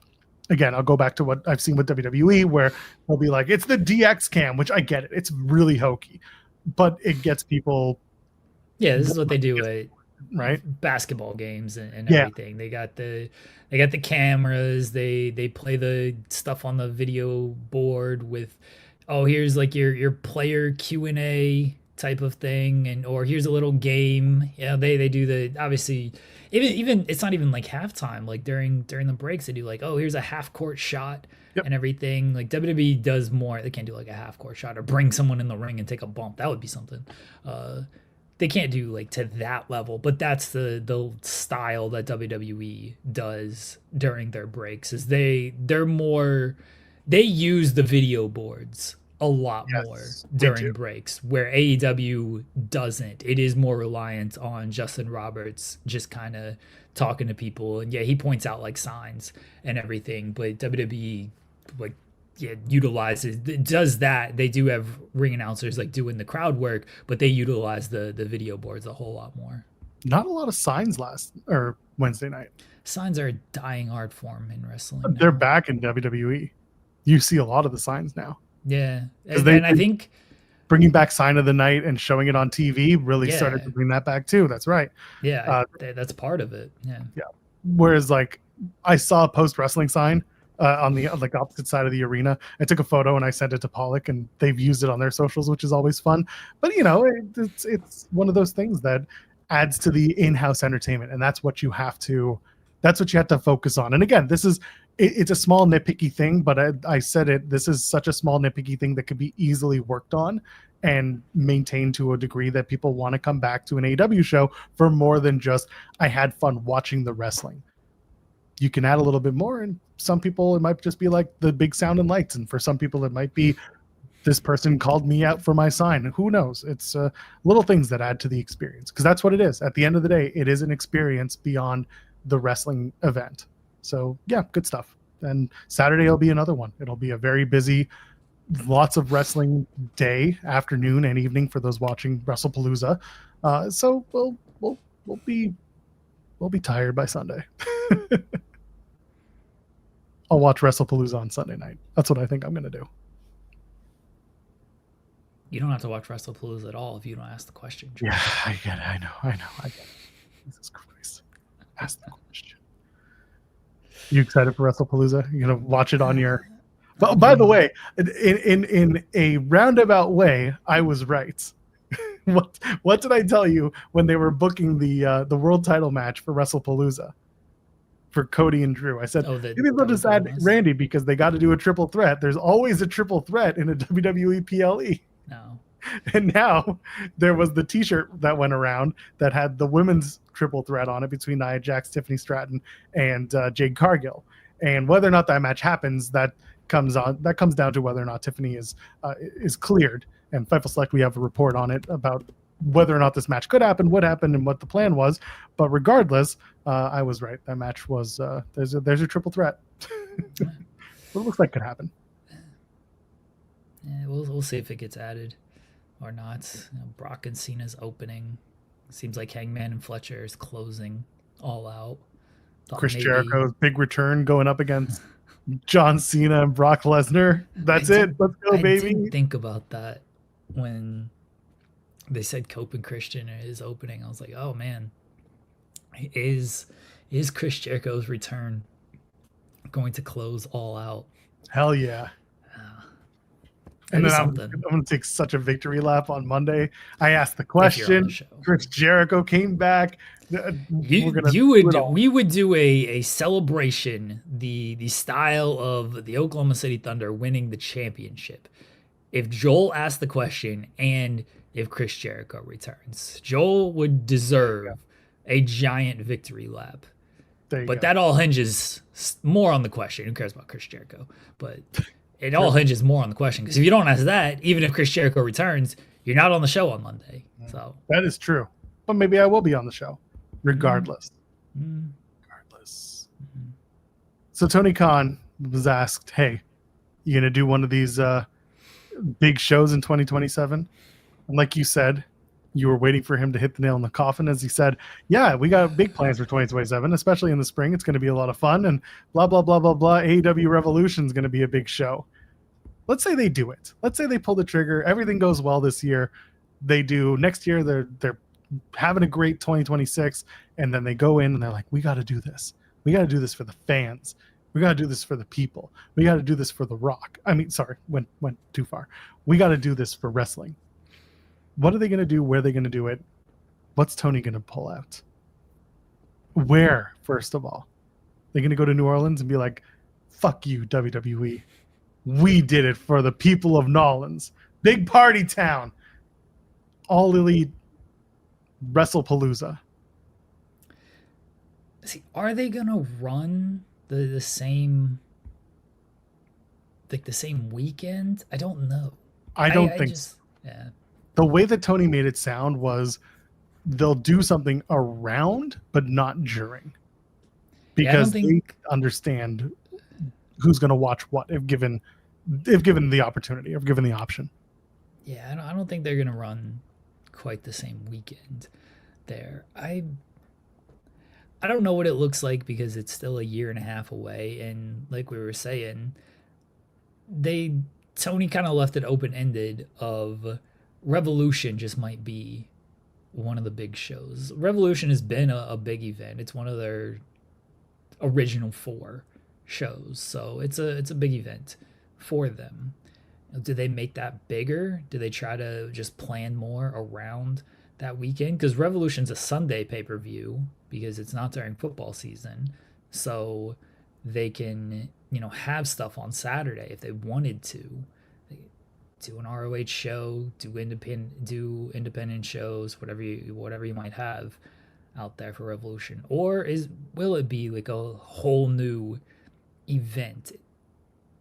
I don't know if they're going to create a whole new event, because you have Revolution in April. It's usually March, April. Yeah, it's in March. It's typically March. Early March is when Revolution is. And then April is Wrestle Dynasty. Yeah, Dynasty. Just Dynasty. Wrestle Dynasty is the Japanese show. So I don't know if they're gonna. Although, sorry, I'm going to cut you off. Now that you said Wrestle Dynasty, what if that is the 2027 show? It's not Dynasty. They just call it Wrestle Dynasty, and they bring it back to what that Wrestle Dynasty show was in Japan, but they bring it here. So this is the thing, is they already got a show in March, and they already got a show in April. So you're probably taking one of those shows out, because I don't think they can do a March show, an end of March show, and an April show. That's a little bit too much. This is why I think that it's just going to be, they'll make Revolution bigger, or they'll make Dynasty feel a little bit bigger. I don't think they're going to, maybe they rearrange the schedule. People are saying put Forbidden Door in April, push back Dynasty, like maybe. So this is kind of my feeling. First of all, Revolution's usually the beginning of March, and then Dynasty has been the beginning of April. So if you're going to do something around the April time, then you'll probably want beginning of April, which means Dynasty's bigger, but Revolution is being teased as the big event by Tony, and Revolution has been a big event for the last few years for various reasons. What I think should happen is not a Forbidden Door, is not a Wrestling Dynasty show, even though I just talked about the potential of it. A very well-told series of stories that culminate at an event like Revolution. That's all you need. And I know that sounds very simple, and I'm making it sound very simple, but honestly, Sting's last match was all centered around a story of Sting's last match. And that did very good numbers and told very good stories on a show that was also full of some pretty okay, like the matches were good, but like the stories were also pretty good coming into the show. People were excited for Revolution. And like Vargov's saying, sometimes simple is good, and it's simply telling the best stories you can to get people in the door to watch the culmination of those stories. All Out Texas, same thing. All in Texas, I should say. You're building to a culmination of stories. And that's all you need to do to have one hell of a showing in 2027 where you get people invested in your show. Not Forbidden Door, not anything else. Your show. And that's the way you do it. Tell good stories. Get the creative. Have a few surprises. Talk people in the door. It could be as easy as that. So what you're saying is Revolution, March 2027, Toronto, Cope's last match. Honestly, it's not a bad idea if you tell the right story. No, it's a great idea. I'm full of great ideas. Well, I'm not going to let you have this. I'm not going to let you have this. I will let you believe it because sometimes. But it's as easy as something like that. It could be Cope's last match. Could be Cope and Christian's last match if they decide that they want to go out together at the same time. Maybe that's big enough. There are opportunities that you have. It could be someone's retirement. That's the big match that they're doing. And whether or not they sell out, I don't think they should take it to Rogers Center. I don't. I think that's an event that can happen at a Scotiabank Arena, which has 20,000 seats plus. AEW hasn't hit a 20,000 seat arena and filled it in a while. And I think that would go good for them. And that's not taking a shot at All In or anything like that, because All In was a baseball stadium. And the baseball stadium in Toronto is the Rogers Center. We're not doing that. And there's no venue in Toronto that could fit the time of year that this event would happen in that would work either.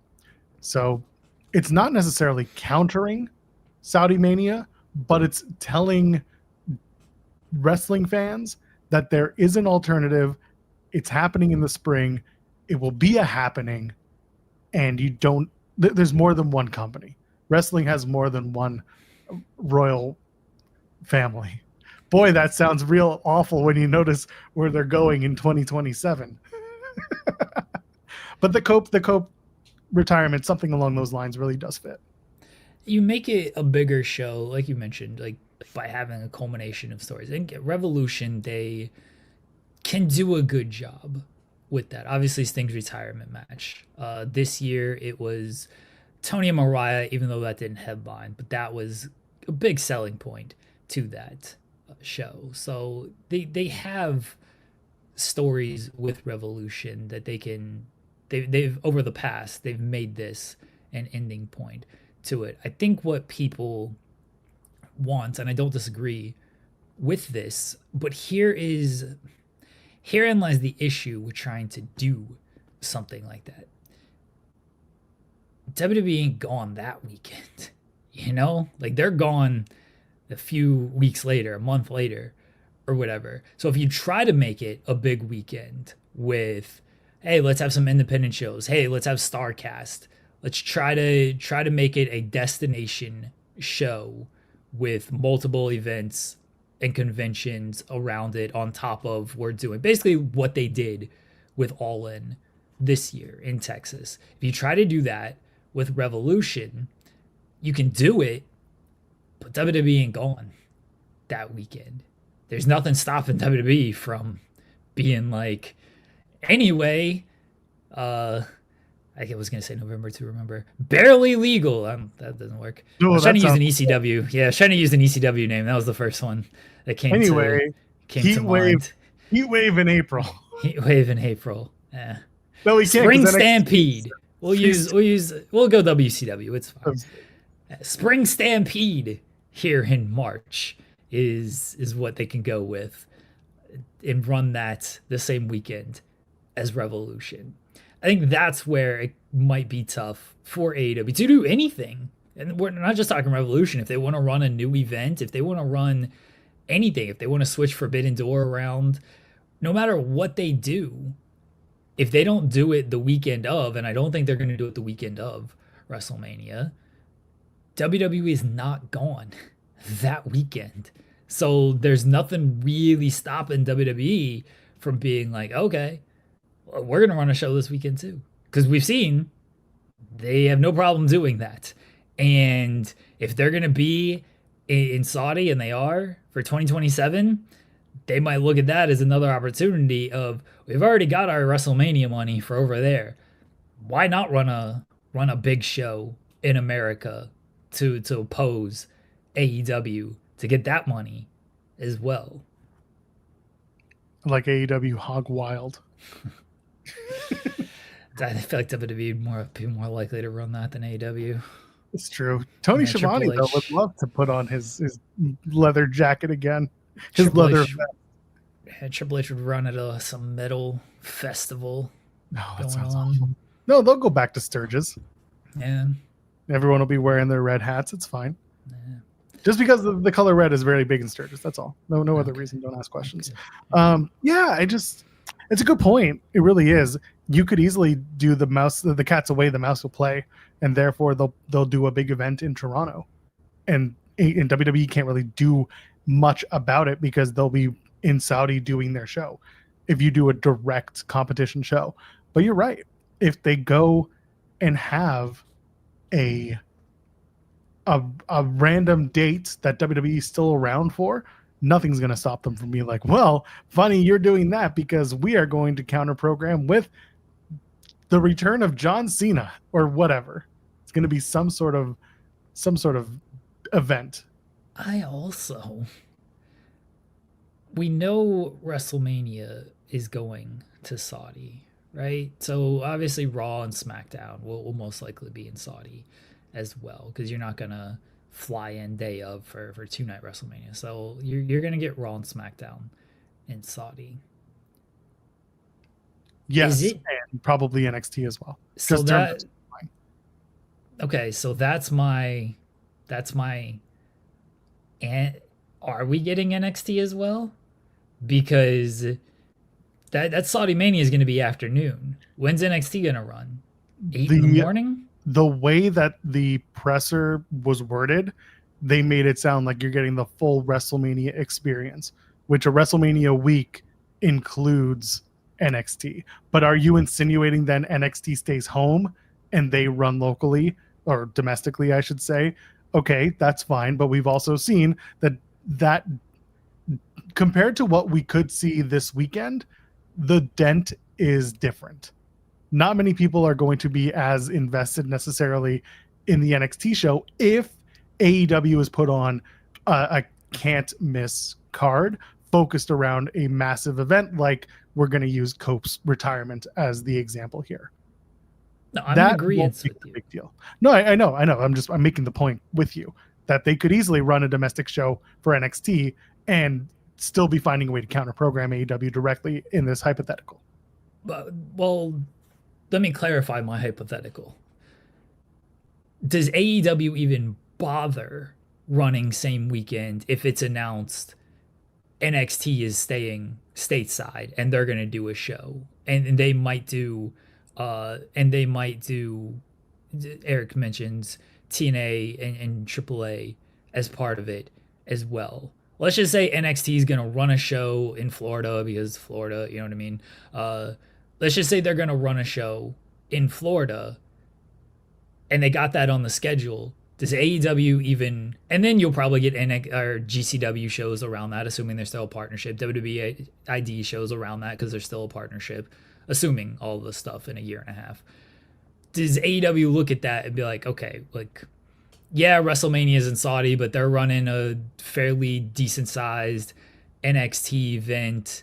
Do we really just want to put on a show for the sake of putting on a show when NXT's there and a lot of the independent shows are there? And they might do, convention stuff around that, because I don't know how many legends they'll probably be in a match at WrestleMania, but the legends that are not in a match at WrestleMania in Saudi, they might be at this NXT weekend convention. You know what I mean? This is not about AEW like seeing NXT PLEs as a competition or anything, because in the past AEW's announced their events first and then NXT has come in and booked on these events. This is about AEW seeing WWE already has this weekend with WrestleMania, granted it's in Saudi, but they already have this weekend with WrestleMania, and here stateside they have a big NXT kind of hubbubalub with everything. Does AEW look at that and be like, why even bother doing anything? It's entirely possible. And again, this is why it's a huge ass hypothetical and it's annoying. This, just at its core, what this could be is AEW, if they're on a hot streak, putting a big show in the US that is not All In as an international event, as a we are the alternative. We are putting our flag in the ground. We're not the challenger. We are the alternative, which I kind of hope they start leaning into more, because I've noticed, and I'm sure others have too, Tony has leaned out of calling themselves the challenger brand. Remember, he used to tell the story to everyone who would listen about how someone at WBD gave him a book about the challenger brand and the Pepsi versus Coke stuff. He's leaned off of that. Well, let's get the analogy he uses correct here. Oh, could you please? It's Coke and I forget and Weinstein. Coke and Weinstein. So it is here, or Pepsi and Weinstein. Pepsi and Weinstein. Yeah. But the point of it is that I'm trying to make is he has leaned out of it, and I think if you position yourself as the alternative and not the challenger, then you can find a way to have a different type of big show, not Paul White, and get a lot of people out to support it. And it does come as a bit of a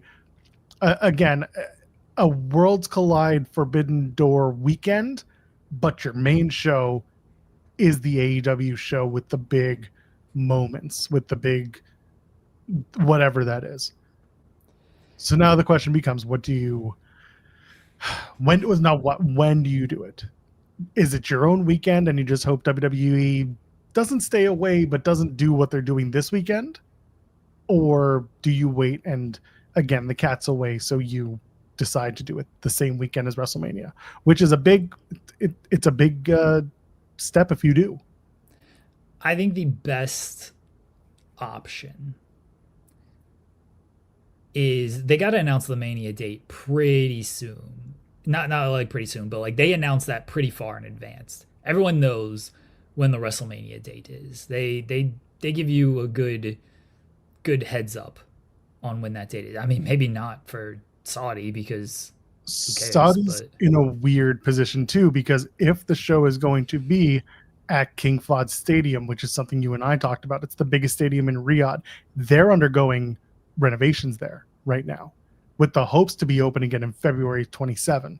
So if they know for sure that they'll be open and they're on trajectory to open in time, then they can confirm a date. But otherwise, if something happens and everything gets pushed back, then everything looks bad and they got to move venues and blah, blah, blah. I think they're going to, I don't think they're going to wait till last minute by any means, but I don't think it's going to be as long a runway as it's been in the past. Look at the Royal Rumble date. The only reason we got it is because Triple H just blurted it out during the announcement for WrestleMania 43. And even I clocked it first and people were just like, that wasn't out there before? I'm like, no, he hasn't mentioned anything about a date.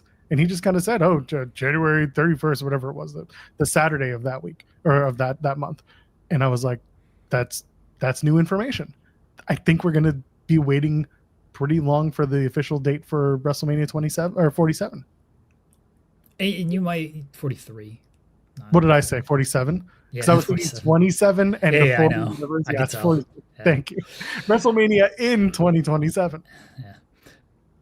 Maybe that's true. Maybe it will take a while. I'm gonna work off of a sort of assumption that they'll give you enough of a heads up for this date.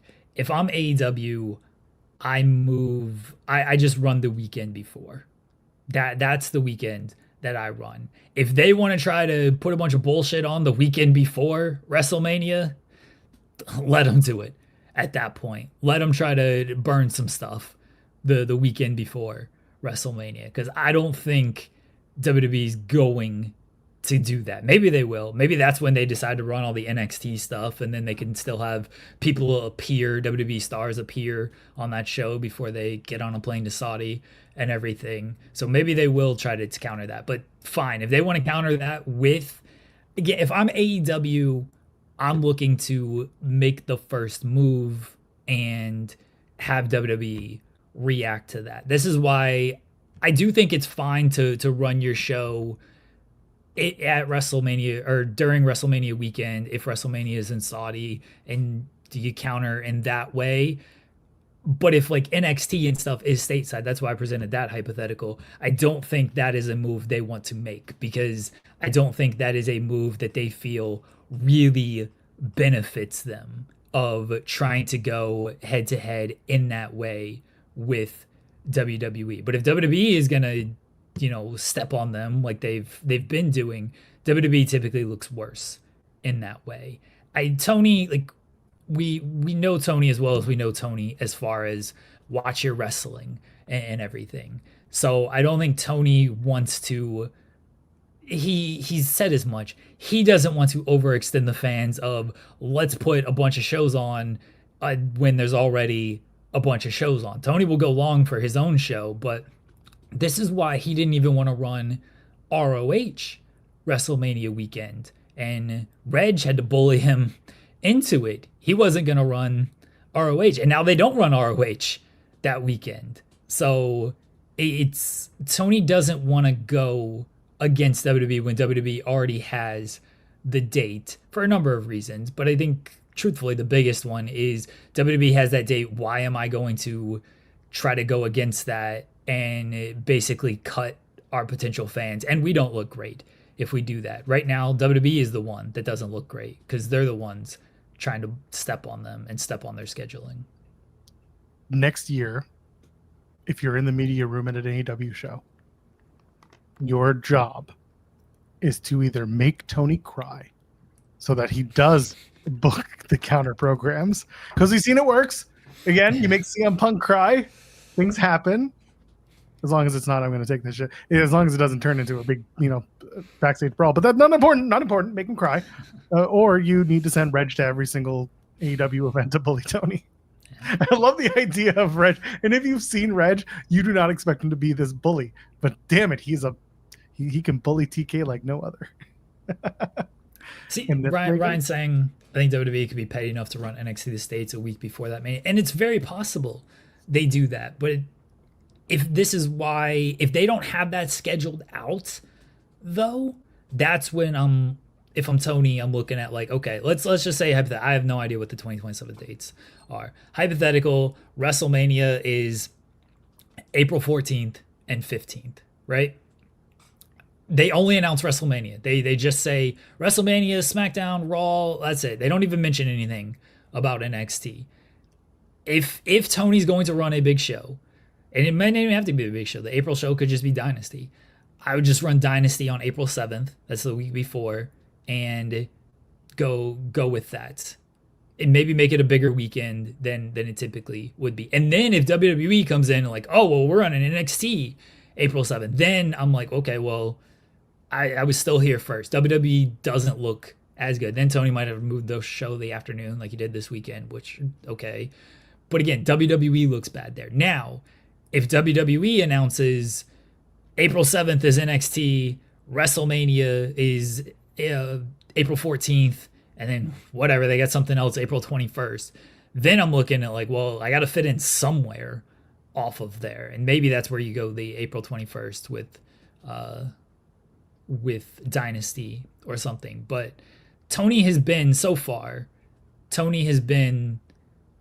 more reactive to what WWE has been doing. He's set his dates, and WWE's been more reactive, and then Tony reacts to them. Is instead of Tony like being more forceful of, oh, I'm running here, I don't care if WWE is running. So for those wondering, why would you? March 28th, 2027 is Easter. So Easter weekend falls very early this year, or in 2 years. April 17, 18 is a weekend that some might be looking at, 2027. Or 10, 11. I doubt 24, 25. But if you look at, again, if Tony's doing Revolution, either the 3rd or the 10th weekend. So the April 3rd or the April 10th weekend. And then WrestleMania would be 1 or 2 weeks later, depending on when it is. So we will find out. We will see. But this weekend is All Out. I think we can move on from this conversation because everything is incredibly hypothetical until now. But Tony has said the door is open. It's very hypothetical. We got a super chat from Louis saying it's time for Judas, going back to our Chris Jericho talk. We're not going to preview the entire card because that's Rob and Maggie are going to be on. They're actually on at 2:30 p.m. Eastern today. They're on a half hour earlier than normal. So check them out. They're going to be previewing the cards in full. We don't do that here because there are a billion other people with a billion other impressions of how things should go. And you've already heard ours in various other content. So let's talk about the match you're most looking forward to this weekend. Maybe start with All Out. Is there something you're most looking forward to? On each card. We'll pick one. Okay. We'll take one match that we're like really looking forward to. I'm looking forward to Hangman and Fletcher. Even though I think Hangman's going to win, I'm still looking forward to just how this plays out and if Fletcher comes away more elevated out of it. And I'm looking forward to Eddie Kingston's return. I don't think that's going to be a very long match. I think it's going to be a pretty straightforward, hard-hitting 8 minutes, maybe 9 minutes or so. 15? 15. I mean, maybe. But I'm looking forward to Eddie's return because Eddie, we talk about it a lot, but Eddie brings a gravity and a seriousness to the show that isn't always there. And he's a very big connective tissue piece of if you think something doesn't make sense, Eddie's that guy that can give you a line that can make it make sense. So Eddie's return is big for the company. And I know I've realized I've named 3 things here, but it's a good card on paper. Darby and Mox because I think they're going to kill each other, and I look forward to that. It's going to be a lot of the way that they have graphically positioned the show. It's dark colors. The rain is falling. This is going to be the bloody. All Out's going to become your hardcore war match or your hardcore war pay-per-view. It really feels like that. They did it last year where All In was like super happy fun time, and then All Out becomes, as everyone talked about Star Wars, it was it was Empire Strikes Back. And I think that's what you're going to start seeing with All Out until someone tells Tony to cut it out. It's going to be a lot of like heavy emotional hardcore matches, and that's what you get. because why not? I'm looking forward most to Eddie and Big Bill for different reasons. I think everything you said about Eddie is absolutely true. He brings that gravitas. Someone in the chat saying he's the soul of AEW, and there's a certain amount of truth to that. I also think about Big Bill and how far he's come.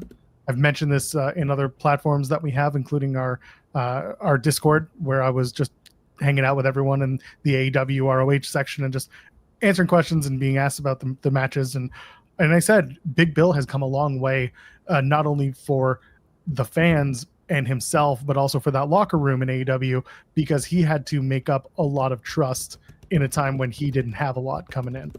He's been rebuilding himself for so long that this is an opportunity for him to go out there with Eddie, and both men have so much to prove on a certain level that this match could be a sleeper hit that you don't expect, because they are both so invested in not only performing but also outshowing what they're capable of doing. So for that, this match really ranks high. The ladder match is going to be just a ridiculous match as well. You're going to see spots that are going to make people clutch their pearls, and not just me. And they're also going to wonder how these guys are going to make it to Wednesday. And hopefully they all do. But that four-way tag team ladder match looks like it's going to be a lot of fun. And everything else you mentioned, I'm definitely a fan of this card. So it'll be fun to watch live. Wrestlepalooza, is there any match in particular that you're very much looking forward to above all the others? I'm looking forward to AJ Lee's return. I want to see how she looks, and that's a pretty big match. AJ and Punk against Seth and Becky. So that's a fun match. I hope it goes well. I think it will go well. I think it'll be good. And yeah, like this is also kind of just a fine card. I think Vacker and Io it's going to be tough to overshadow a lot of stuff on the AEW show because they're so wrestling focused. But if Vacker and Io like really get the time to do what they do, that might be the match of the weekend. I don't think it will quite hit that level just because it has the WWE-ness to it. I think it'll probably be the match of the show as far as in ring, but it could be the full on like match of the weekend if they do get that time. Yeah, I do agree with that. And otherwise, story-wise, everyone's looking forward to AJ Lee, seeing how she performs and seeing how that tag match goes. I'm sure it'll be a fine event. I'm sure it'll have its moments, as WWE moments often do at these shows. But yeah, it's what we do. We make movies. Io and Stephanie, that was definitely a match that I'm very much looking forward to. And if they add that women's triple threat, listen, I'm kind of sick of seeing Nia and Tiffany again. And yes, you're adding in Jade Cargill, and Jade and Tiffany had a better match last week than they did at SummerSlam. If you add Nia, is that going to be better or worse? We will find out if that match is on the card for tomorrow. SmackDown is tonight. Yes. There is a bunch of stuff that has been added in the last little bit. Yep. Cody Rhodes is going to be there. They're going to be at the Huntington Center in Toledo, Ohio. They're going to do an exclusive Brock Lesnar interview ahead of his Wrestlepalooza match.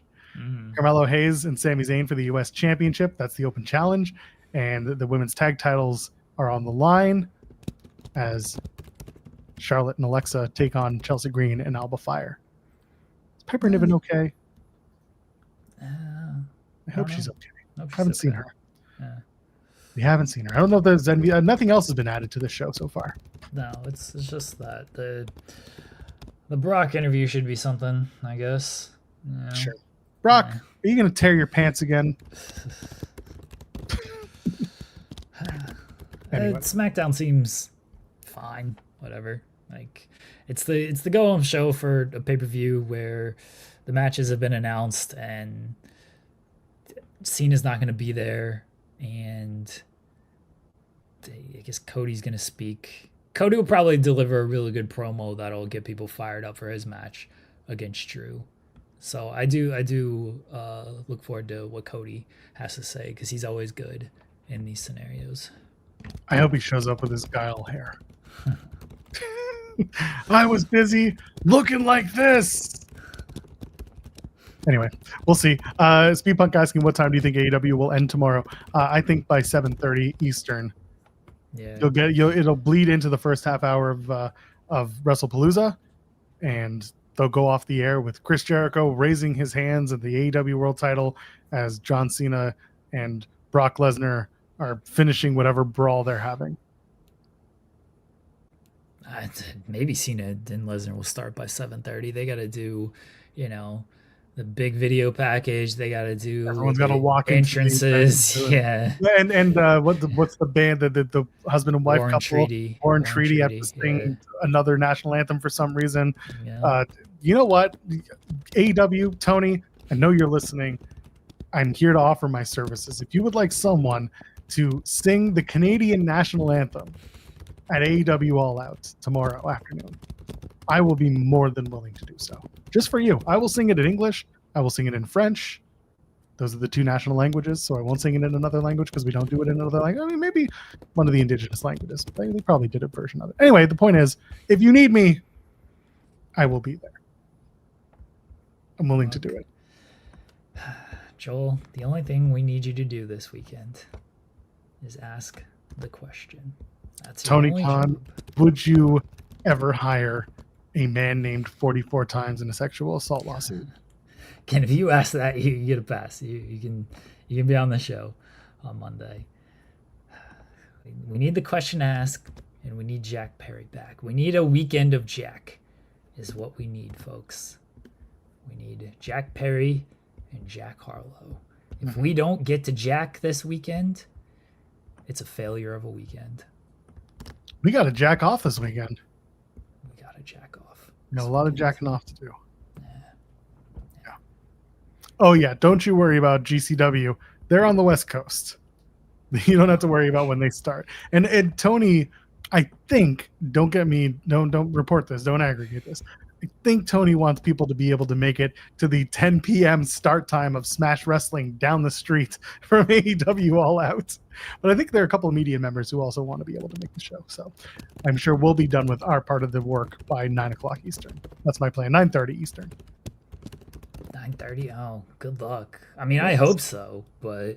Listen, if I can get home before 11, I'll be happy. I'm not going to Smash because I need to be up early on Sunday, but we'll see.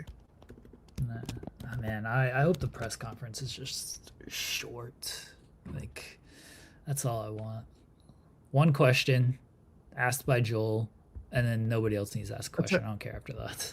There you go. People asking about Mystery. I am going to Mystery Wrestling on Sunday. I will be there. I will have my camera. I will have my setup. You'll see my comically large light. I will be there. A bunch of pals will be there. It's Sunday.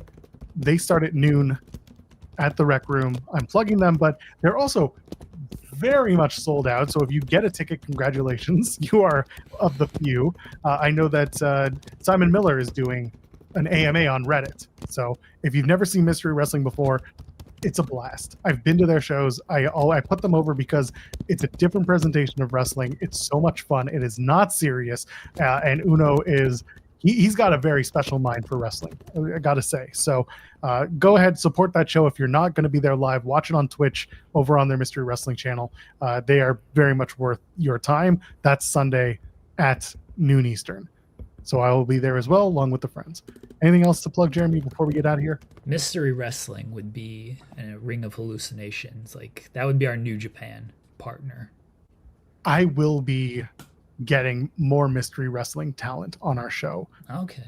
Moving forward, because I've had conversations with the people who aren't just Uno, who are involved with Mystery, and they know that we want it. They want to do it.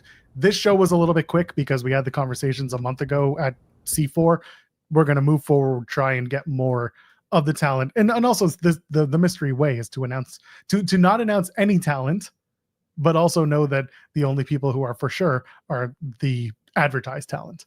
So we're going to work on something for the future. We'll get there. I apologize. I didn't realize my keyboard was that loud. That's my bad, everybody. Clicky clack. Yeah, I didn't realize. I know sometimes it can be loud, but usually our chat doesn't point it out. So if they're pointing it out, then it must be a little extra loud. So that's my bad. I'll mute my mic better when I'm doing this. I'm not angry typing. It's just got work to do. Added So, more shit to SmackDown.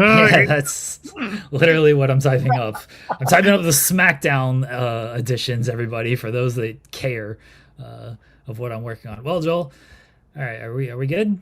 Yeah, we're good. Check out Rob and Maggie, 2:30 p.m. Eastern, and it's Friday. So it is Friday. How about it? Everyone knows what that means. You bet. Mana, the final boss. And here we go. This is how good.